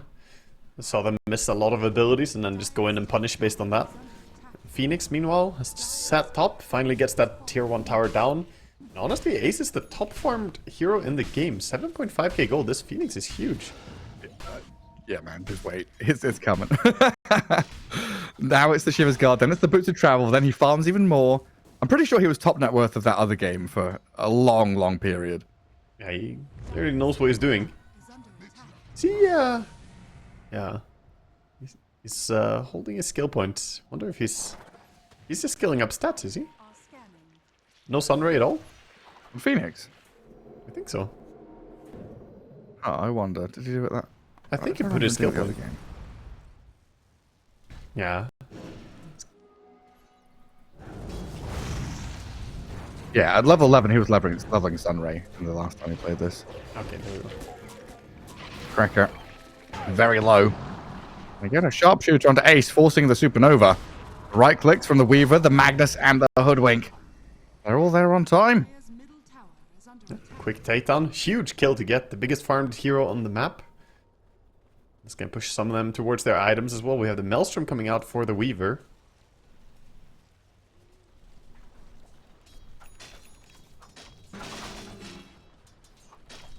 And Bristleback, a recipe away from Pipe, so that's 200 gold away. So a couple of key items here for Passion. It feels like they desperately need to start punching back.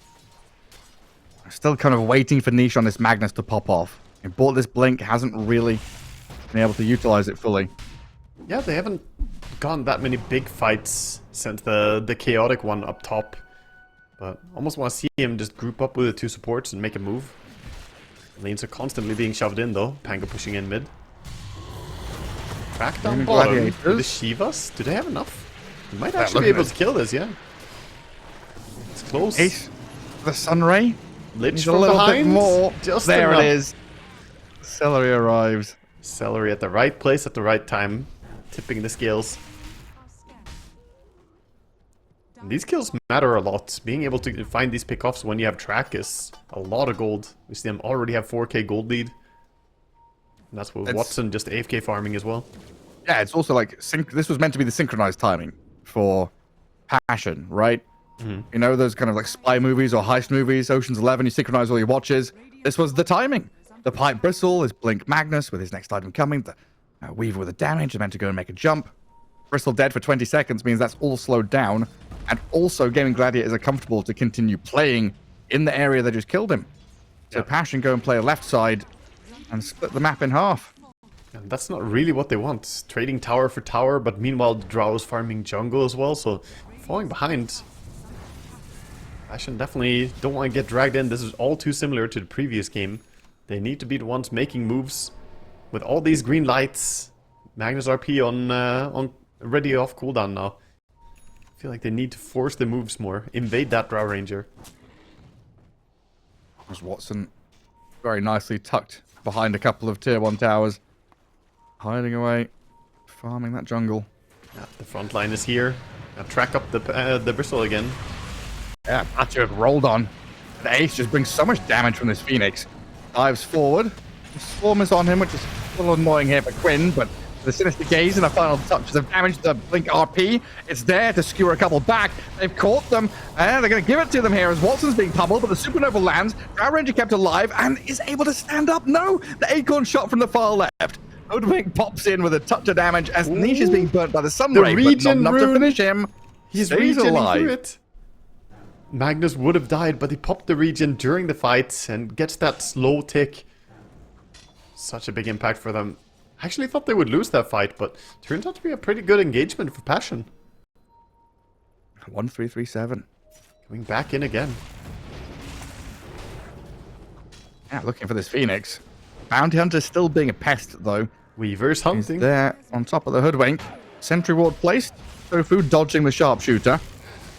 The Weaver should be able to come back here and clean up Tofu as they surround him with the rest of the heroes. A lot of good action going on though for Passion. Now they see the Drow farming under vision. They do have some cooldown, so might not see them go. And I like the build from Weaver, going from Maelstrom into the Manta style. Does need that Dispel, as mentioned earlier. If you don't have Dispel against the Drow Silence, it becomes so difficult. And now we can Dispel off the attack speed slow from the Phoenix, so we can actually kill the ulti.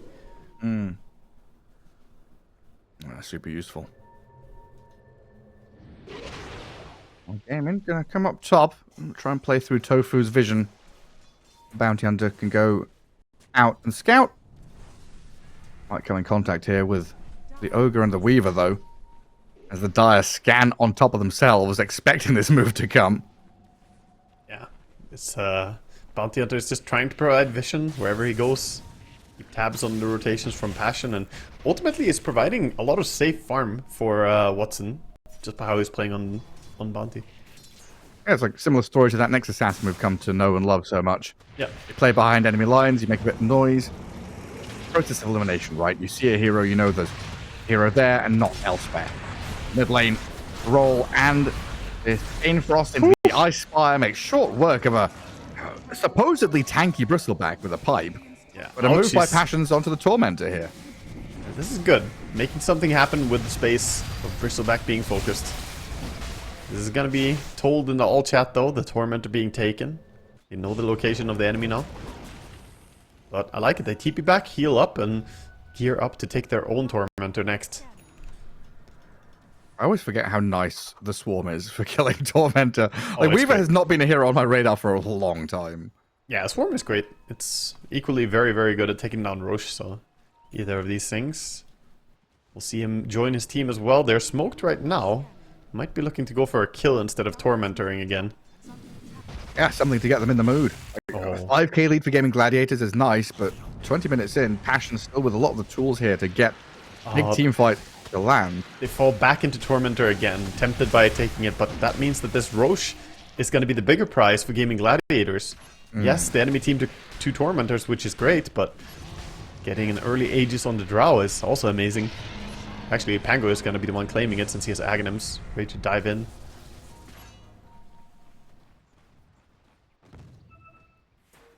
Fight is brewing down here. Bounty is nowhere close. Quinn gonna Enjoy. pop his head around the corner there and say hello to Passion.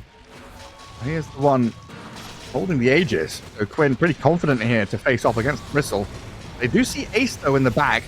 Gun him up mid-dive, and the Phoenix being focused, but he gets off the egg in time. Hang on, the protection with the Rolling Thunder and the Sinister Gaze. They're going to keep the egg up and running so it lands on this Weaver's face. They've killed off Fernandes, and Crystallize will follow. Cracker down, and Gaimin Gladiators. You know, we talk about Dota being a game of, you know, inches, millimeters, pixels, whatever. That was a microsecond of difference between Ace dying and getting off the egg. Just fantastic. Ace basically solo won the team fight the moment the egg goes down. But yeah, they have good saves on their team as well. Lich with the Frost Shield coming in, protecting your teammates. So difficult to bring it down. And that's the problem with high-level core Phoenix, right? You think that you can kill the egg, but the Shivas minus attack speed slow, the Fire Spirits as well. There's just no way you fight under that Supernova. No. This And is also- why I play Phoenix in Turbo. Yeah. Also, Supernova AoE cancels the Blink Dagger in such a big AoE that Magnus could not blink. That's super annoying. Oh yeah. Are we still yet to see? I guess we had one Blink RP mid, right? But not had this chain of events where Passion have fully executed their team fight. The disruptive abilities of Gaimin Gladiators are so good. Whether it's Tofu scouting and seeing, or the Supernova being annoying and having to be focused, a lot of noise and nonsense that Passion have to deal with. First and foremost now, the Lich, which Crystallize is focusing. Rao does get run at here by the Bristle, but Quinn again is just rolling around, causing havoc, zoning the rest of Passion out, and the Sunray heals Watson enough so he can stand and fight back with a multi-shot, but they lose the Drow now. Crystallize does get found as Quinn comes out hot. the but this Yules? Phoenix, hang on, stays alive? No, does not. A Yule's not enough to protect as the Magnus jumped in. 3 down on Passion, 3 down on Gaimin Gladiators. There's Quinn Pango still running the show. Still a very impressive fight coming out from Passion. I thought they would have lost more, but taking down the Phoenix, taking down the Drow, not bad stuff. Obviously, you can't focus the Pango since he has the Aegis, but getting a kill on Phoenix is huge.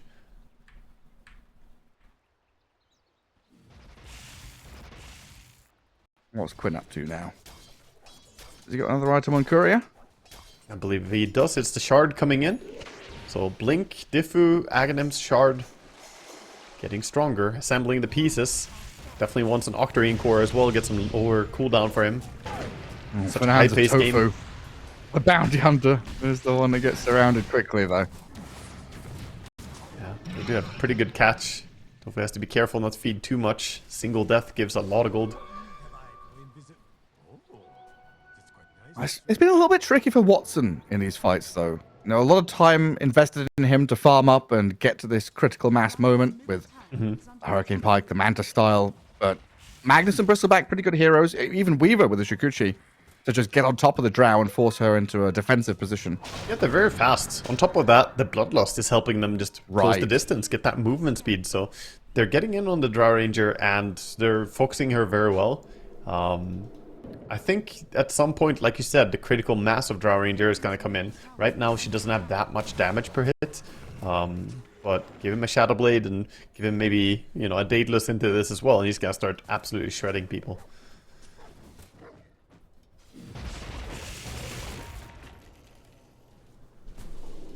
Movement Gaimin. coming in top.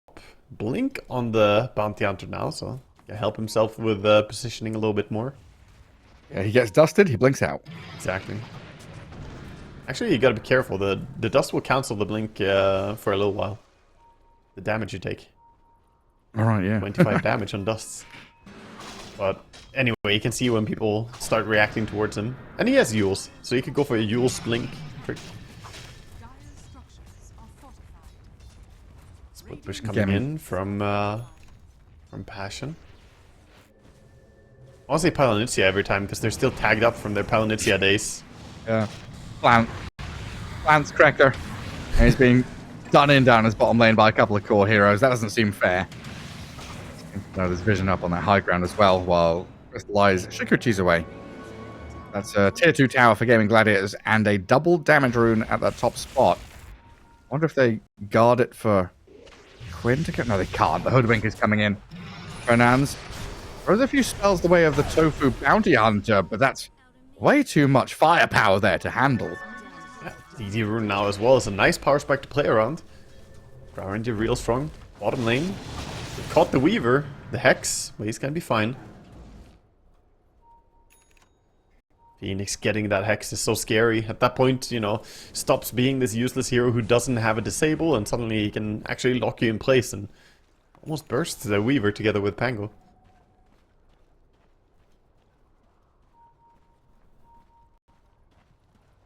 Smoke time, maybe? Just Looks like Passion want to go and do something. Yeah, but they don't have a smoke on them. None of them have it. They're all sitting mid. Can I find a Phoenix coming in? That's a good kill. Okay.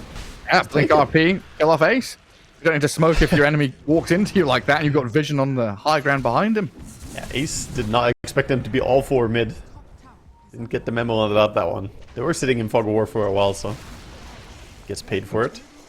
And Tofu walks through a Watcher, nearly gets jumped as well, but his blink already paying off. Gets him away from the danger coming.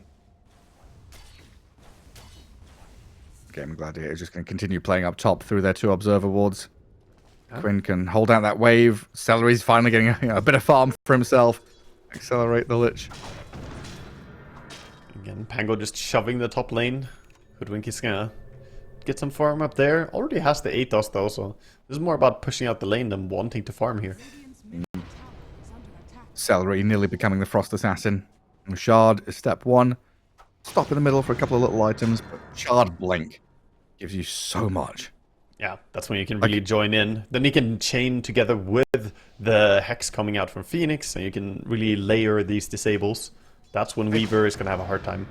That's the thing, right? Like, Weaver doesn't have BKB or Lincolns. So this Lich could just solo kill the Weaver if he's got reveal. Yeah, again, the Manta style.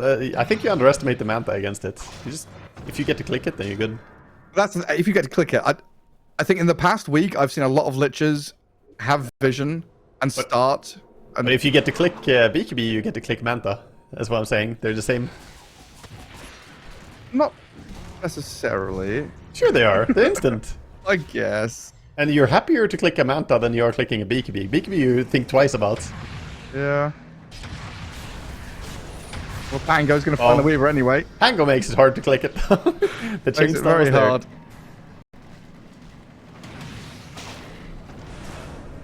There's no buyback either. Dead for 40. That's a great kill for them to find. Doesn't look like they're necessarily aiming to take a tower off it. Maybe invading the enemy triangle though. Okay, here comes the push. Passion playing out of their base, out of their triangle. No Weaver, and they're still in position here to kind of hold staircases and high grounds. Oh, he's spotting them. All this vision he's providing. Cracker sees Tofu now. They're going to turn on this bounty hunter. The Yules disengages him a little bit here from that hoodwink damage, but the Bristle and Ogre will turn back on him. Tofu's still alive somehow as the Supernova's used. No kills yet for Gaimin Gladiators, though, as Ashen slay the bounty and they disengage. Not having the Pango ulti, I think Quinn really didn't want a piece of that fight. Bounty is like, guys, I got them here, but taking a big fight behind the enemy tower like that, or having to go through the enemy tower when you don't have ulti on Pango is a little bit tricky. And Lich ulti also being on cooldown. So, nice hold. Do get a valuable kill again. And even though the lead is 7,000 golds, that's the same as we saw like almost 10 minutes ago now. They've held on to this disparity. It's not good, you're still behind, but it's definitely better to be 10 or 7,000 golds behind at minute 30 than minute 20. Slowly little push back. Oh, the courier snipe. Here we go. That delays. Octarine core. Yeah, delays the Octarine for 3 minutes. And they see the hero, but Quinn blinks over the Magnus. Tries to get distance from him, but the RP is still there. Oh, but he didn't get ulti out. There's no getting out of this. Can't ulti, can't turn, can't fight, but the Drow can. Moves forward onto the mag, takes him down. Tofu and Watson fighting alongside his chain cross bouncing, but crystallized, offering so much damage that time lapses out of the damage. Gaimin Gladiator is pushed on him. Tofu's going to get finished off here by Cracker and Hoodwink, giving a double kill to Ogre while Celebrate's being dived in his base. Patrick on his bristle bag. He's just going into this Gaimin Gladiator tier 3 Angry area. piggy. The Celery Lich is gone. Oh, 4 in a God. row. Passion come down to this bottom corner of the map and take Gaimin Gladiators down completely. That was a fantastic punishment. I mean, they get the courier, so they knew that they were coming. Pango tries to escape but doesn't, and then they bleed so many kills instead of a single one. And that's not gonna be it. This can be Roche. They had a 7,000 gold lead, but that's all gonna be gone by the time they respawn. Aegis in the hand of Weaver is gonna be amazing as well, and we're starting to see Bristleback be a bit more impactful in the fights, as he has that BKB and pipe. And now with full S and Y as well, he's becoming difficult to deal with. Yeah, it's much more of a problem. Yeah, because he does not care about the Phoenix anymore.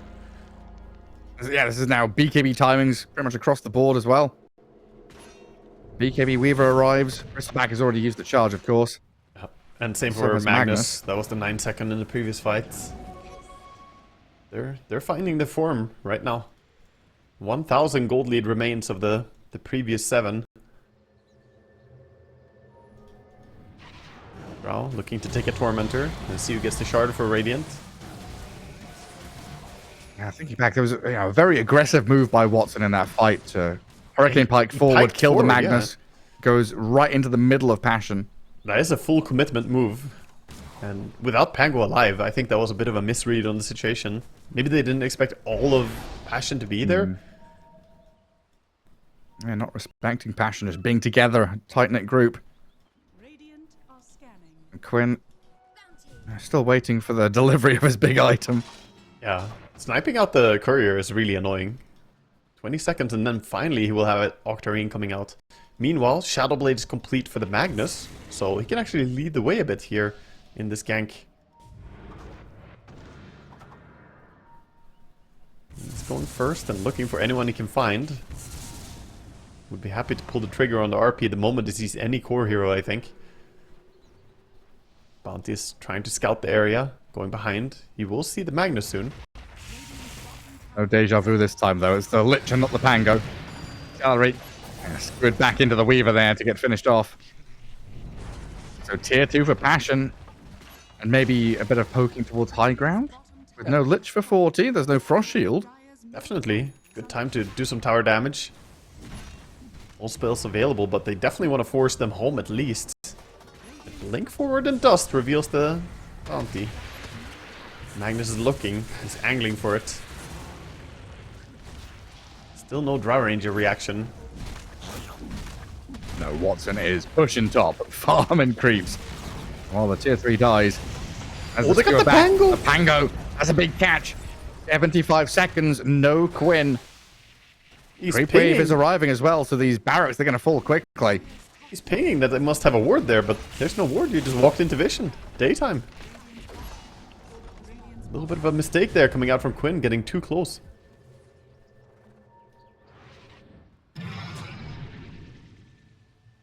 Yeah, there's no vision up there. There is a bit of vision further south. Yeah, but that was nowhere close to where he was. He just got caught. Straight and simple.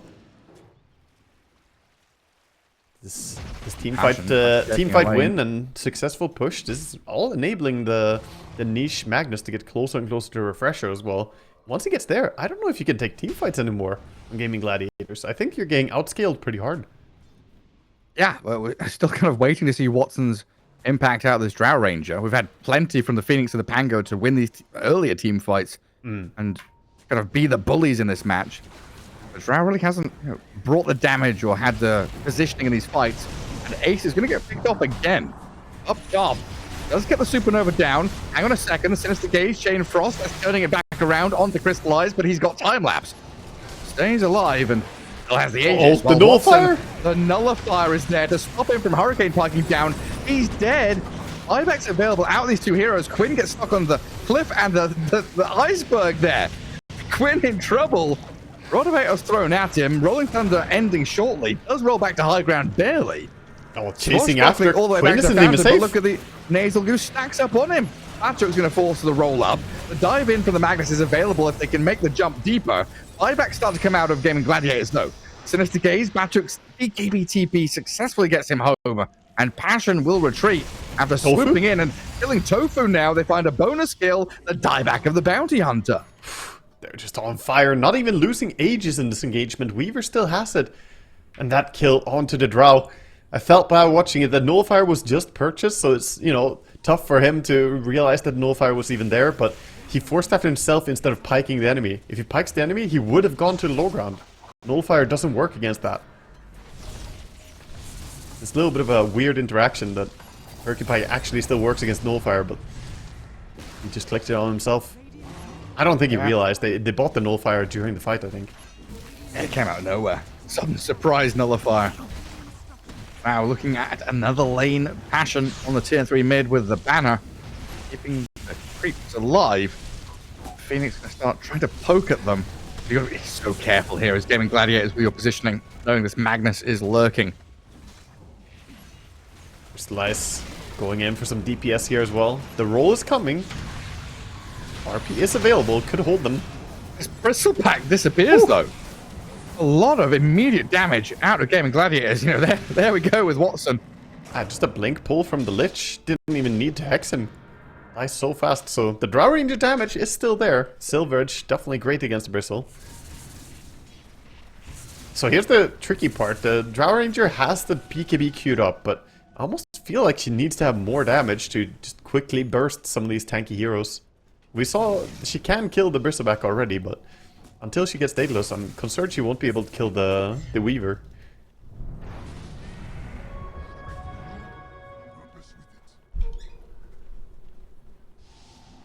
Now, with a bit of a moment of respite, Gaimin Gladiators can move out on the map. This Bristleback is dead. Is Ogre really buying What's he going for? E-Blade? Ethereal Blade? Yeah, look at him. I mean, Ether Lens for cast range is really nice. As for E-Blade itself, I mean, guess you can just spam it on the Drow whenever she's not in in BKB. It's not terrible. I think it's mostly just for the cast range. It feels amazing on Ogre to have a bit more range on your Fire Blast and Ignite. And the whole build is kind of cool, honestly. Like Blink, Ghost Scepter, Vlad into E-Blade. Yeah, I like it. Also got a Shard now. A Shard that I'm a big fan of. I think the Fire Shield is amazing. That was also a bugged thing in Dota. For a long time, the Fire Shield didn't actually send back any fireballs. It just blocked damage. And, I mean, blocking damage was the relevant part, so it was still like a must-buy. And every pro player went for it, but it was bugged and didn't work the way it should. And the hilarious Fireballs part always be is, the fun part. we had an interview with some pro player after that. Like, did you know that it doesn't actually send fireballs? He's like, oh, I didn't know. I just buy it for the damage block. Yeah, You know? didn't know, didn't care. Is it bugged? How long has it been bugged? And it's like, yeah, it's bugged. Here comes Passion, smoking down bottom right-hand corner. Roshan, fast spawn is in like 40 seconds. It looks like we're Long playing wrap. to this Radiant side of the map, knowing that Roshan could potentially be quickly up down there. Refreshers there for Magnus. This is a big moment. They're all very clumped up right now. Gaimin, they smoke themselves. We're going to clash here with the smokes breaking. No. Not yet. Now, There. Ogre and Pango, they know something's up. The flurry of pings as Quinn. He's the first point of contact. Immediately reverse polarity. The Sunray can't heal him. He's or on save him. Magnus. The damage comes too quickly. Now Magnus in with an RP. Phoenix caught up inside here, and the damage comes so quickly. All dead. Watson and Ace both dead. Disaster for Gaimin Gladiators. Tofu's going to blink away, but Passion, a moment of clarity here as they find the perfect jump, the perfect pickoffs. I mean, that's just game, right? I don't know. Phoenix has buyback, but that was such a good wraparound. Deep move by Passion, going all the way around, send Bristleback in first, and that opens up the eyes of Magnus, who saw Pango and just didn't hesitate. Quick RP, goes onto the Drow. Clean play from Passion. Yeah, look at Crystallize. Goes on the racks, forces the Frost Shield, and then swings straight back to tier 4s. Hey, what can They you know. do? It's just over. Yeah, Surprised they're not Gladiators, calling it even. They've got a Phoenix buyback and a Lich Alive, but it looks like that's going to be it. They'll bring back Ace. Magnus in the fountain, basically, as Ace jumps in, but he's going to get focused and killed. And that's going to be it now. The throne about to explode, and Passion tie things up 1-1. An improvement over the Dream League qualifiers where they got 2-0'd in a pretty close series. Now we're going to get a full showing of their capabilities. Yeah, they played really well. First game was a long game as well. It was a 50-minute grind where they lost. The second game... Arranger to hit and be ready. It was like, next item, get bigger, more damage, need tankiness, need to kite this. Whereas Gyro is Prepare for battle. much easier to play through and naturally hit timings, right? It's like, oh, I've got Chrysalis, Aghanims, BKB, Satanic. Every single one of those items gives you a spike. Oh, I've hit level 6, let's go. Whereas Drow level 6 is like, let's go back to the jungle and farm. Yeah, we see all of Passion moving bottom, not just holding high ground, but this time looking for a kill. When you have PA in your team, the Stifling Dagger, so useful. Tofu's gonna be safe though. Good skill leap if he needs to, but doesn't need it. Doesn't need to this time. So Passion, they don't find a kill. They do get a sentry down in the Ancients though, so blocking up some of the stacks that could be made. It looks like Ogre Magi going to go over to the Radiant Ancients, take the Watcher, 30 seconds to battle. and does get a couple of Observer Wards from mid to top. Yeah. And we have So they can Dark Willow definitely checking for vision mid, realizing there's no vision down here, looking for that ward. It feels like both teams looking at this mid lane and really understanding that the runes are going to be so important, right? You've got basically, what, 3-4 wards looking at mid? Oh yeah. Looking for rotations of support to mid as well. There's Ace down at the bottom rune. Tries to step up and take it, but he's met with some resistance here from Crystallize and Krekker. Fire Spirits and the damage from the PA. Is this enough to kill the axe? He's gonna go down. First blood is coming. Crystallize gets it. Very nice start for Crystallize. Good recognition that they can just slowly run down. Fire Spirits is a lot of damage over time. And the repeated slows from Stifling Dagger. Axe just getting a bit too far out. And this is a feast or famine type lane, I think. Laning Axe against PA. It can be fine, but one death already can get a bit tricky.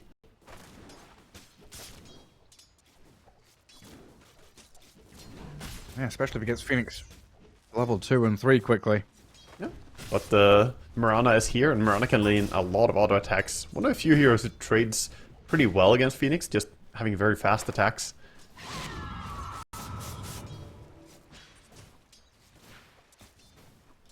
Sentry wards are not going to be in range of each other bottom, so both of them blocking up each other's camps. Then mid lane. Ember Spirit against Queen of Pain. Niche already feeling this range versus melee matchup, but is able to turn around and do a lot of damage. Trading back into Quinn. So keeping yourself competitive here. 5-1, 4-1. Just trying to get to the bottles as quickly as possible.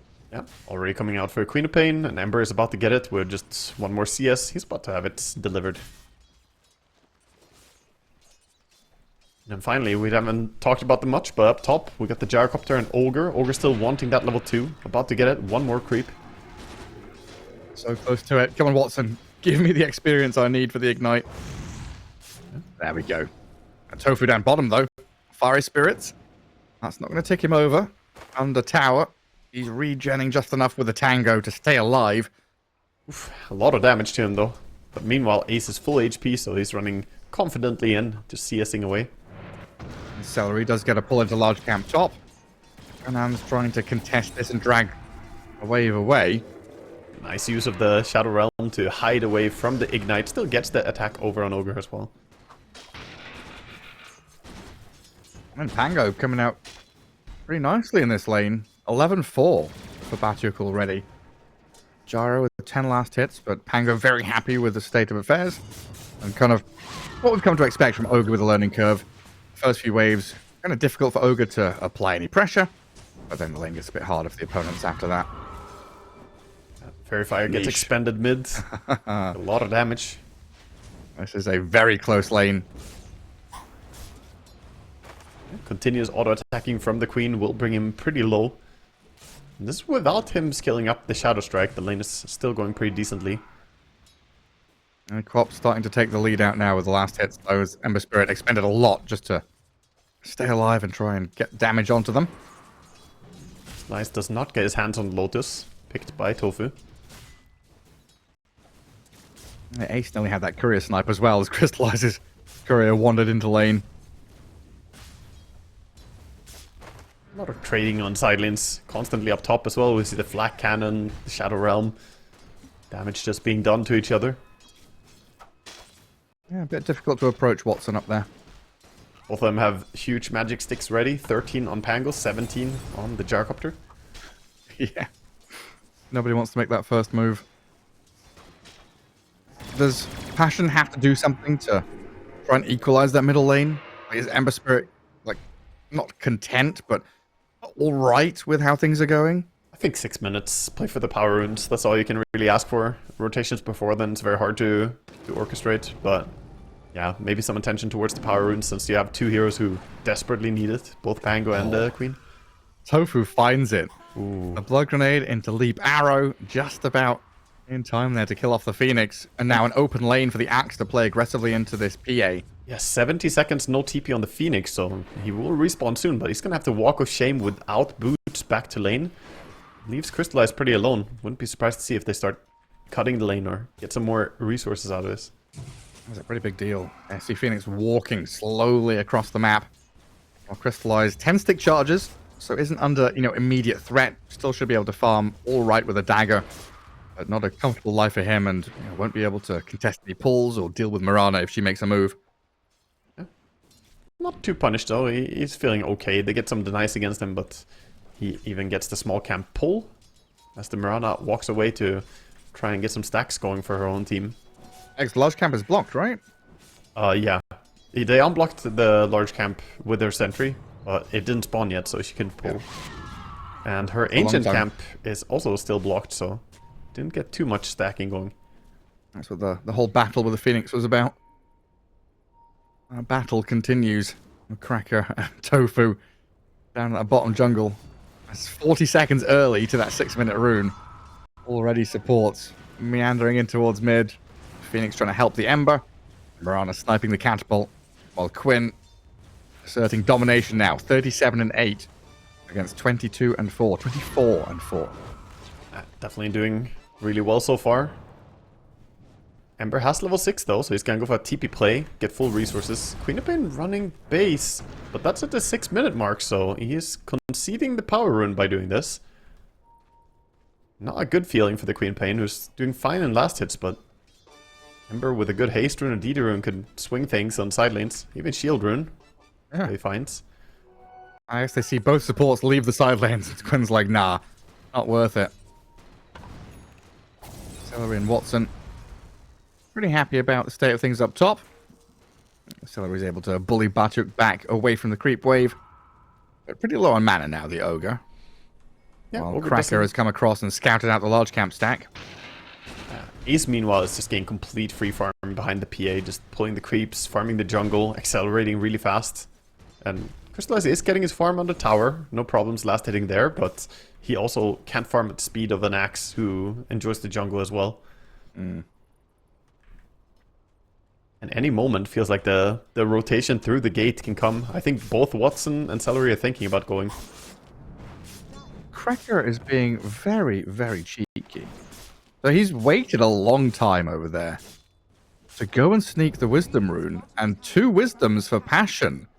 Is a nice little snipe there from the Phoenix, who goes right in behind, but is that twin gate play?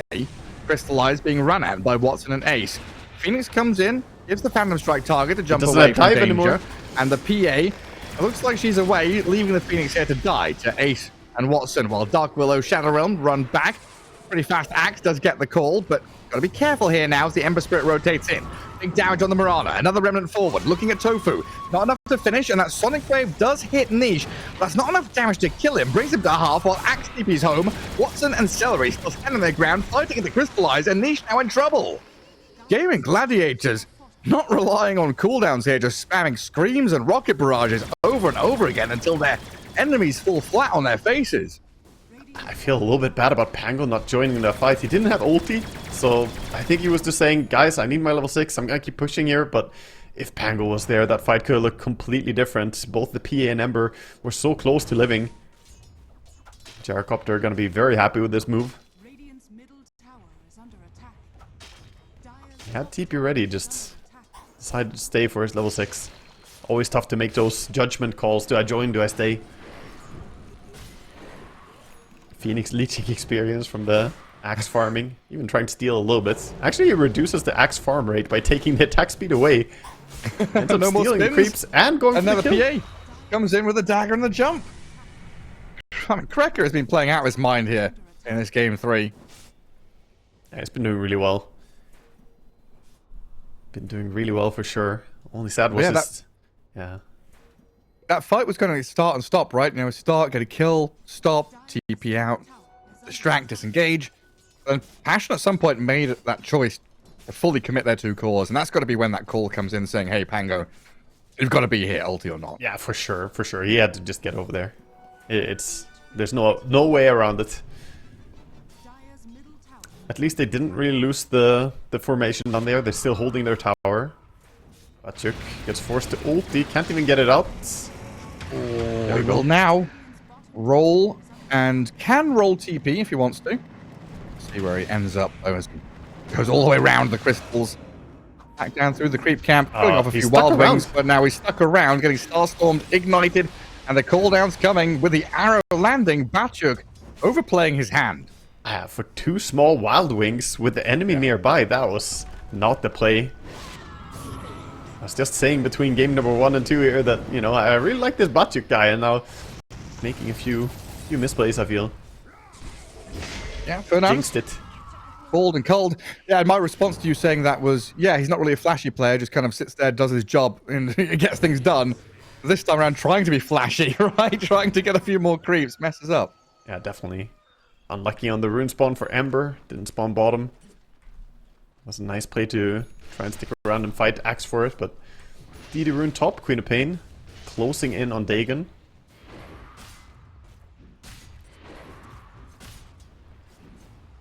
This Ace Axe working on the Blade Mail. Should have it pretty soon. Step gonna be- 1 against this PA. For sure. That's going to be a nice timing for him to play around, and at that point, PA just wants to leave, go and farm somewhere else. You don't even want to try fighting into Axe.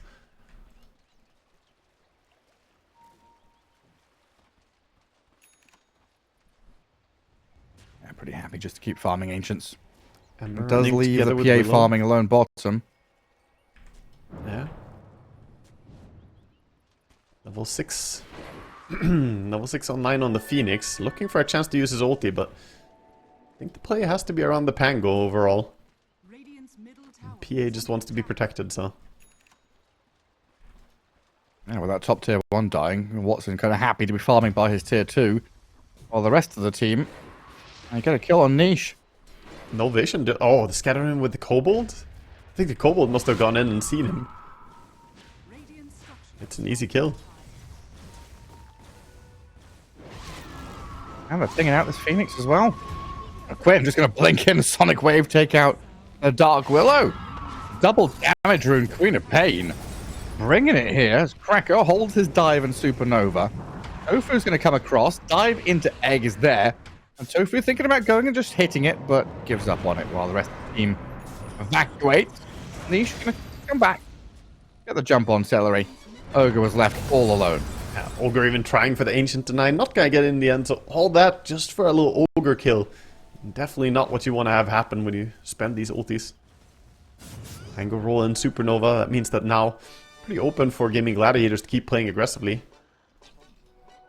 Yeah, they could look at this bottom tier 1. Way down there. Yeah. Axe meanwhile is just finishing Blink, so 1000 gold to go, that's gonna be when he really wants to start making moves on around the map. It's crazy how quickly he can farm. He just finished Blade Mail, and now he's finishing Blink, you know? Ace is just always so farmed. It doesn't matter. Like, he got first blooded. I was like, oh, this could maybe be a time where Ace doesn't have a good laning stage. Nope. Nope, just always doing well. Him and Tofu, great partnership. They really are. Crystallize. Quinn poking him away from that bottom lane. So they create a bit of a vacuum there for the Axe to play in, but Ashen, they're going to fill it up with a jump on the quad, but not enough stuns. They don't have the control, and it's a turnaround time for Ace and Tofu to run back in towards this Dark Willow. A little more damage. The Culling Blade is there. Fernand's dead, and Ace just never stops. He's sprinting forward. Niche, very fortunately for him, does have that jump to low ground to TP home. What a nice arrow. Just landing onto the Willow there, making sure there's no Terrorize or anything like that to chain stun. So the damage was pretty decent, but the Regen Rune kept the Queen of Pain alive. Taking through all that. Axe sees the TP in from Willow. Looking for a way to catch someone. Obviously it doesn't have the blink just yet. 50 gold and he will be able to send it out. I'm still going to make a nice little base camp in this bottom jungle. And normal stuff. Kill tier 1, play towards mid. Take out these jungle camps. And suffocate your opponents back a little bit while, you know, Watson just continues free farming top by his tier 2 very safely. Yep. I've got an opening on the Dark Willow again. A stun into D-Ward. As Quinn will bully this Ember Spirit away from the rune. Got the brambles on her with a Rolling Thunder and a Terrorize. Quinn, the chain control is there. Ace comes in a little late, kills the Phoenix off now. A trade, but Gaimin Gladiator is not happy about how that played out. As Batiok, you will still be stuck down here. The stuns land, and Ace is going to chase forward with another Culling Blade. I'm taking him out. Oh, he's got blink call. He can catch him. They got more. Another one, a +1, a bonus kill, Oh, a triple dear God. dunk. Oh, thank you very much. The and Grim Ace Reaper is another target. His screen turns red, blood dripping out of his eyes. Ace is just going from kill to kill. That should be a feature on like Axe Arcana or something. You should just get the screen turning red with anger that there's someone dunkable, you know, the moment someone's within dunk range. Pay to win. You can see when someone's dunkable. Hey, he's off to a fantastic start. 15 stacks of the Coat of Blood, so 4.5 armor already. So good against this PA. Oh yeah, I mean against Pango too. All Pango's damage is physical. Ember as well? Just name all the heroes on Passion? Quite a lot of it, yeah. Yeah. Oh, very handy. They're trying to catch someone bottom with a haste rune. Going for Tofu. Yeah. Might be He able is to... far back though. Niche doesn't even try it with the slight chains. Is under attack. Watson's already down here as well, so could have been a bit of backup provided for Tofu. As they'll TP Ace here and look to reclaim their Ancients. Expecting this aggressive move from Cracker. He gets the ward down, but he'll die for it. Everything just going their way. Celery even staying on the top lane. Getting a bit of cheeky farming going. Yeah, I mean, a 9k lead here. Minute 16. Gaimin Gladiator is way out ahead. Crystallize blinked in.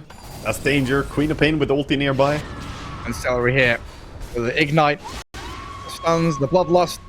Quinn chucks the Sonic Wave at her, and Crystallize going to try and blur and run, but there is no running from this Queen of Pain.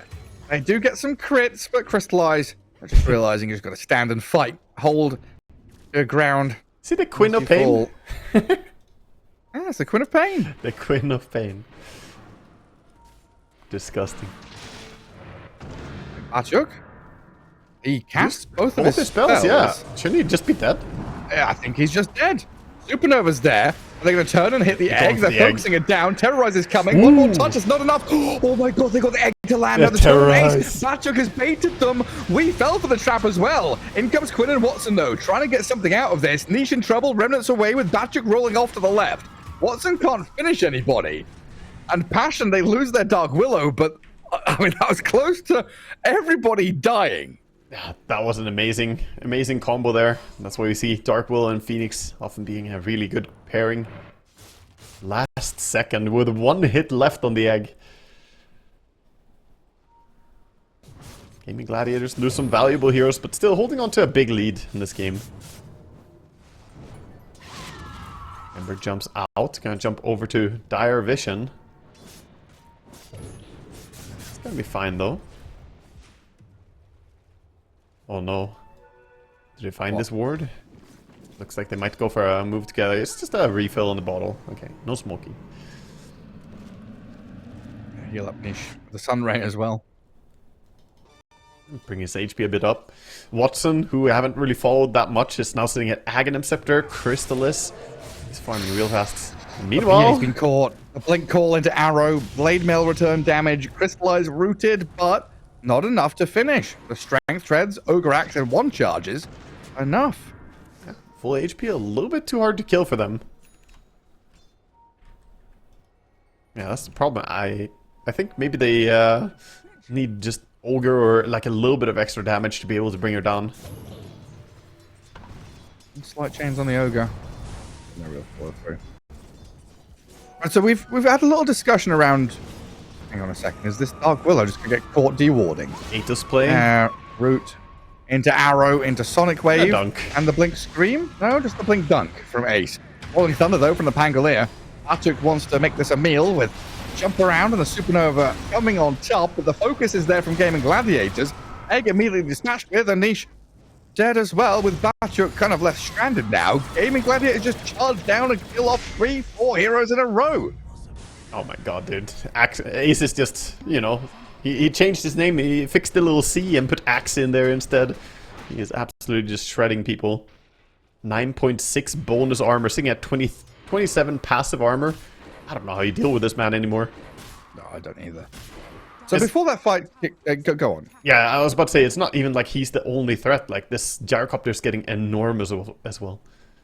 It's huge. Yeah, I guess I just want to air my grievances about Ember Spirit a little bit. This is like for sure negativity bias. Like the games I've seen Ember Spirit play, he doesn't have like a great laning stage. It's always like middling or he gets countered. And then he needs like a perfect sequence of events where he gets ganks in the side lanes, picks up some items, looks really good, goes 6-0 kind of deal. But I think my big problem is itemization for Ember. It doesn't feel like he has a good item to go for. Like Mage Slayer is, like a good meta item, right? Is okay, I get a Mage Slayer, I get a Maelstrom, I get a BKB, I'm going to jump in and out of fights. But I don't feel, or I haven't felt, the impact from Ember picks in the past couple of qualifiers. Yeah. I mean, I think this game comes down a lot to the player mechanical skill. He just got outplayed a little bit in the mid lane as well. Okay. But yeah, Mage Slayer is like decent. You go Mage Slayer into Maelstrom or Shivas, and you can play pretty aggressively around it. But you can't really lose lane to Queen of Pain when you picked Ember into this feeling strong. But that's what I mean, right? Like Mage Slayer is decent, Maelstrom is good, but it's not like a Blink Tiny or a Blade Mail Earth Spirit or I don't know, a BKB Gyrocopter, whatever it might. There's a lot of these heroes that just have that one key item that makes things work, and I don't know. Ember Spirit is very reliant on lane into levels into skill output, which hasn't been really shown off here. That's true. Anyway. It's definitely a hero that is a specialist type hero, and it doesn't really deliver unless you make it happen. Whereas, as you're hinting at, some heroes you just get your power spike and you're like, now I will be strong. This will happen. Yeah. Pango and the Diffusal, like, I just go and click it. That much simpler. Athos into Arrow, but BKB's up for Crystallize. Yules onto the Queen of Pain as well, while Gaimin Gladiators see this Dark Willow as a easy target. He wants Turn another around dunk. Bedlam. The Grim Run Reaper away. is here. Ace is coming for you. What does he need? A hit and a dunk? Hide in the trees all you want. You're done for. He does kill the BKB courier, though, of Quinn. Cut the courier. Delayed it a bit. Always something. The small victories here, but already 14,000 gold lead at 21 minutes. After 2 hard-fought games, this game is starting to look very, very dark for Passion. Yeah, I mean, it's not just BKB on courier for Quinn, right? It's BKB timing for Gaimin Gladiators was meant to be here. So they get another nice Atos arrow and ace dunk. Niche has a remnant somewhere for safety, and he's going to have to use it in a moment. Looking to clear out this additional wave. Right now, the biggest silver lining for him is just that Ace is dunking so many people, he's running out of mana. He can't keep dunking it. Get the mana boots going at least from the Mirana. Yeah, this is looking real grim. He's just farming them. Yeah, this Gaimin Gladiators double BKB timing was going to hit real hard, and Passion have delayed that a little bit. They I have. was going to be Queen of Pain and Gyro, down your throats for the next couple of minutes. Yeah, this is... I mean, at this stage, though, it's hard for him to kill anything. How do they even kill Ogre, right? Like, Pavis Ogre with Dragon Scale, I don't see him being an easy kill even for them. Ember is not great for dealing single target damage. They basically need PA for any kill they want to have happen at this stage. And she, at the same time, doesn't really want to fight. She wants to farm. They are going to group up. Passion behind his Willow, but Bonan's niche tripping over on top of Watson's head. It's a last-ditch effort here, it feels like, from Passion with his PA-BKB, actually doing some serious damage. They open up with crystallizing, they kill off Quinn. I thought this would look real dark for Passion. They lose, okay, they lose all 5. I like how positive you are. Like, they got the queen. Looks over to the left side of the screen. Oh, they're all dead, aren't they? It's like when I see the start of that fight and I start, play by playing it, it's like, oh, this fight is so shit for Passion, they're all dead. And then there's like a glimmer of hope of, wait, they've survived on a few heroes? Yeah. The PA still alive with BKB? Oh, okay, never mind. Yeah, I don't think we've seen a single supernova really live apart from the one bottom with the terrorize, right? All the other supernovas are just getting scrambled eggs immediately. Bloodlust, leap, double ranged cores. Way too fast attacks. Like, all of them are just auto-attacking in. Axe now with Eternal Shroud. My man. Got the 31 Code of Bloods and then Eternal Shroud. How do you die? Not the magical, not the physical. Any pure damage in this game? We're going to use the U word for him now? The U. Is he unkillable? The caster, unkillable. As soon as we say a hero's unkillable, Go to the enemy fountain. 30 seconds later they die. I think Passion need all the caster curse that they can get right now over on Gaimin. Okay. So, Yeah. yeah, How do we do this? I don't see how Ace could possibly die in this situation. Or any situation. The man is a machine. No, he's not going to die. He's going to get used up. Cracker still gets found by Quinn on the side. They keep the Ember Spirit out of danger, though, at least. Yes, it's Roshan time for Gaimin Gladiators. They are in the pit. Yeah, Ogre can solo No, they're it. not. Nope. Never mind. Yeah, he's moving home, so they're gonna Night time. follow along, going to a different place. The Nightman cometh. Oh, Niche. He's got a safety remnant, right? Yeah. he's gonna be fine. It was more the Dark Willow I was scared for. She got close to the Mirana and the Axe, but she gets spotted now, walked under a ward. And he has a vision on her. Here comes Ace. Oh my god, not again. No. I We don't just want straight up to. die here? Yeah, we straight Oh, yeah. up die here. Keep that mana low on the Axe. Ace takes those. 17 armor from Coat of Blood. Did Eternal Shroud used to give mana at some point? Or am I crazy? Yeah, it used to. Okay. Not anymore. Now it just gives you these stacks of whatever it's called. It still does. It's on the passive. On the passive Shroud, restores mana equal to 20%. Oh, okay. Yeah, 20% of the damage you take from magical. That's an interesting pause. Making mistakes is the path to wisdom. Calling lag after killing an Ember. I see what you do there. Yeah. That's poor Ember Spirit, man. Yeah. What can you do? Toxic behavior, honestly. I wish there was a system to punish this, Gareth. Yeah, a full working system. Mm. Well, it looked like they've added some lines of code to catch some of the MMR abusers, at least. Yeah, hopefully.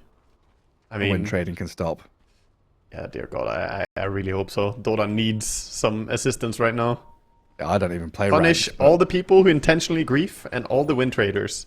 And if anyone cries about a system being unfair afterwards, you know, just ban them anyway.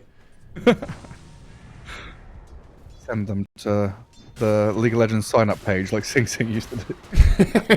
Yeah, that's a good one. That's what the game should do. Valve should just give them a link like, maybe this game isn't for you. In Like the League, piece they of have a give coal up that- button. Go here. The piece of coal that some people got, instead it's the link to lol. Down at bottom, Tofu's going to leap away. Oh, doesn't get high ground though, so Crystallize able to come in and snipe the Mirana.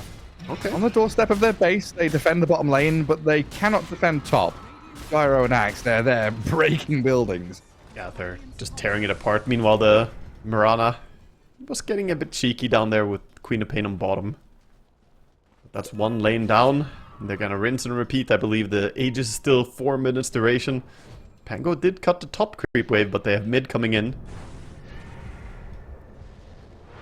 Pango dead. Axe 3, is going. 2, 1. Does he die though? Ah. He's going to roll up. And Rolling Thunder. No ulti available. He's gonna be fine. Maybe? Yeah, he's good. Off he pops. Well, fine asterisk. No ulti, and you know the enemy are looking to push your high ground soon. Good sentry dropping. Yeah, find this observer to kill the Willow earlier. There it is. But Gaimin Gladiators so quickly up top, pressuring Pango, clearing wave, resetting the map for themselves, and then back. Yeah. They're pushing high ground. I mean, you gotta play fast on the cooldown. Spatyuk actually gets caught. They know he doesn't have ulti. You're right. He's got roll up in a second, but he's just been called and dunked. Ace 37 stacks now. This is the highest I've ever Oh seen my in a pro game at this minute mark. Like 28 minutes, 37 stacks of Coda Blood.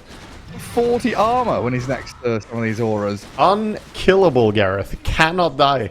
Oh, now we're using the word. 0 deaths from this point on, Gareth. From this point on, alright. He Oh, died he nearly 3 times catches earlier. the Phoenix. Yes. Tier 3, he's gonna die.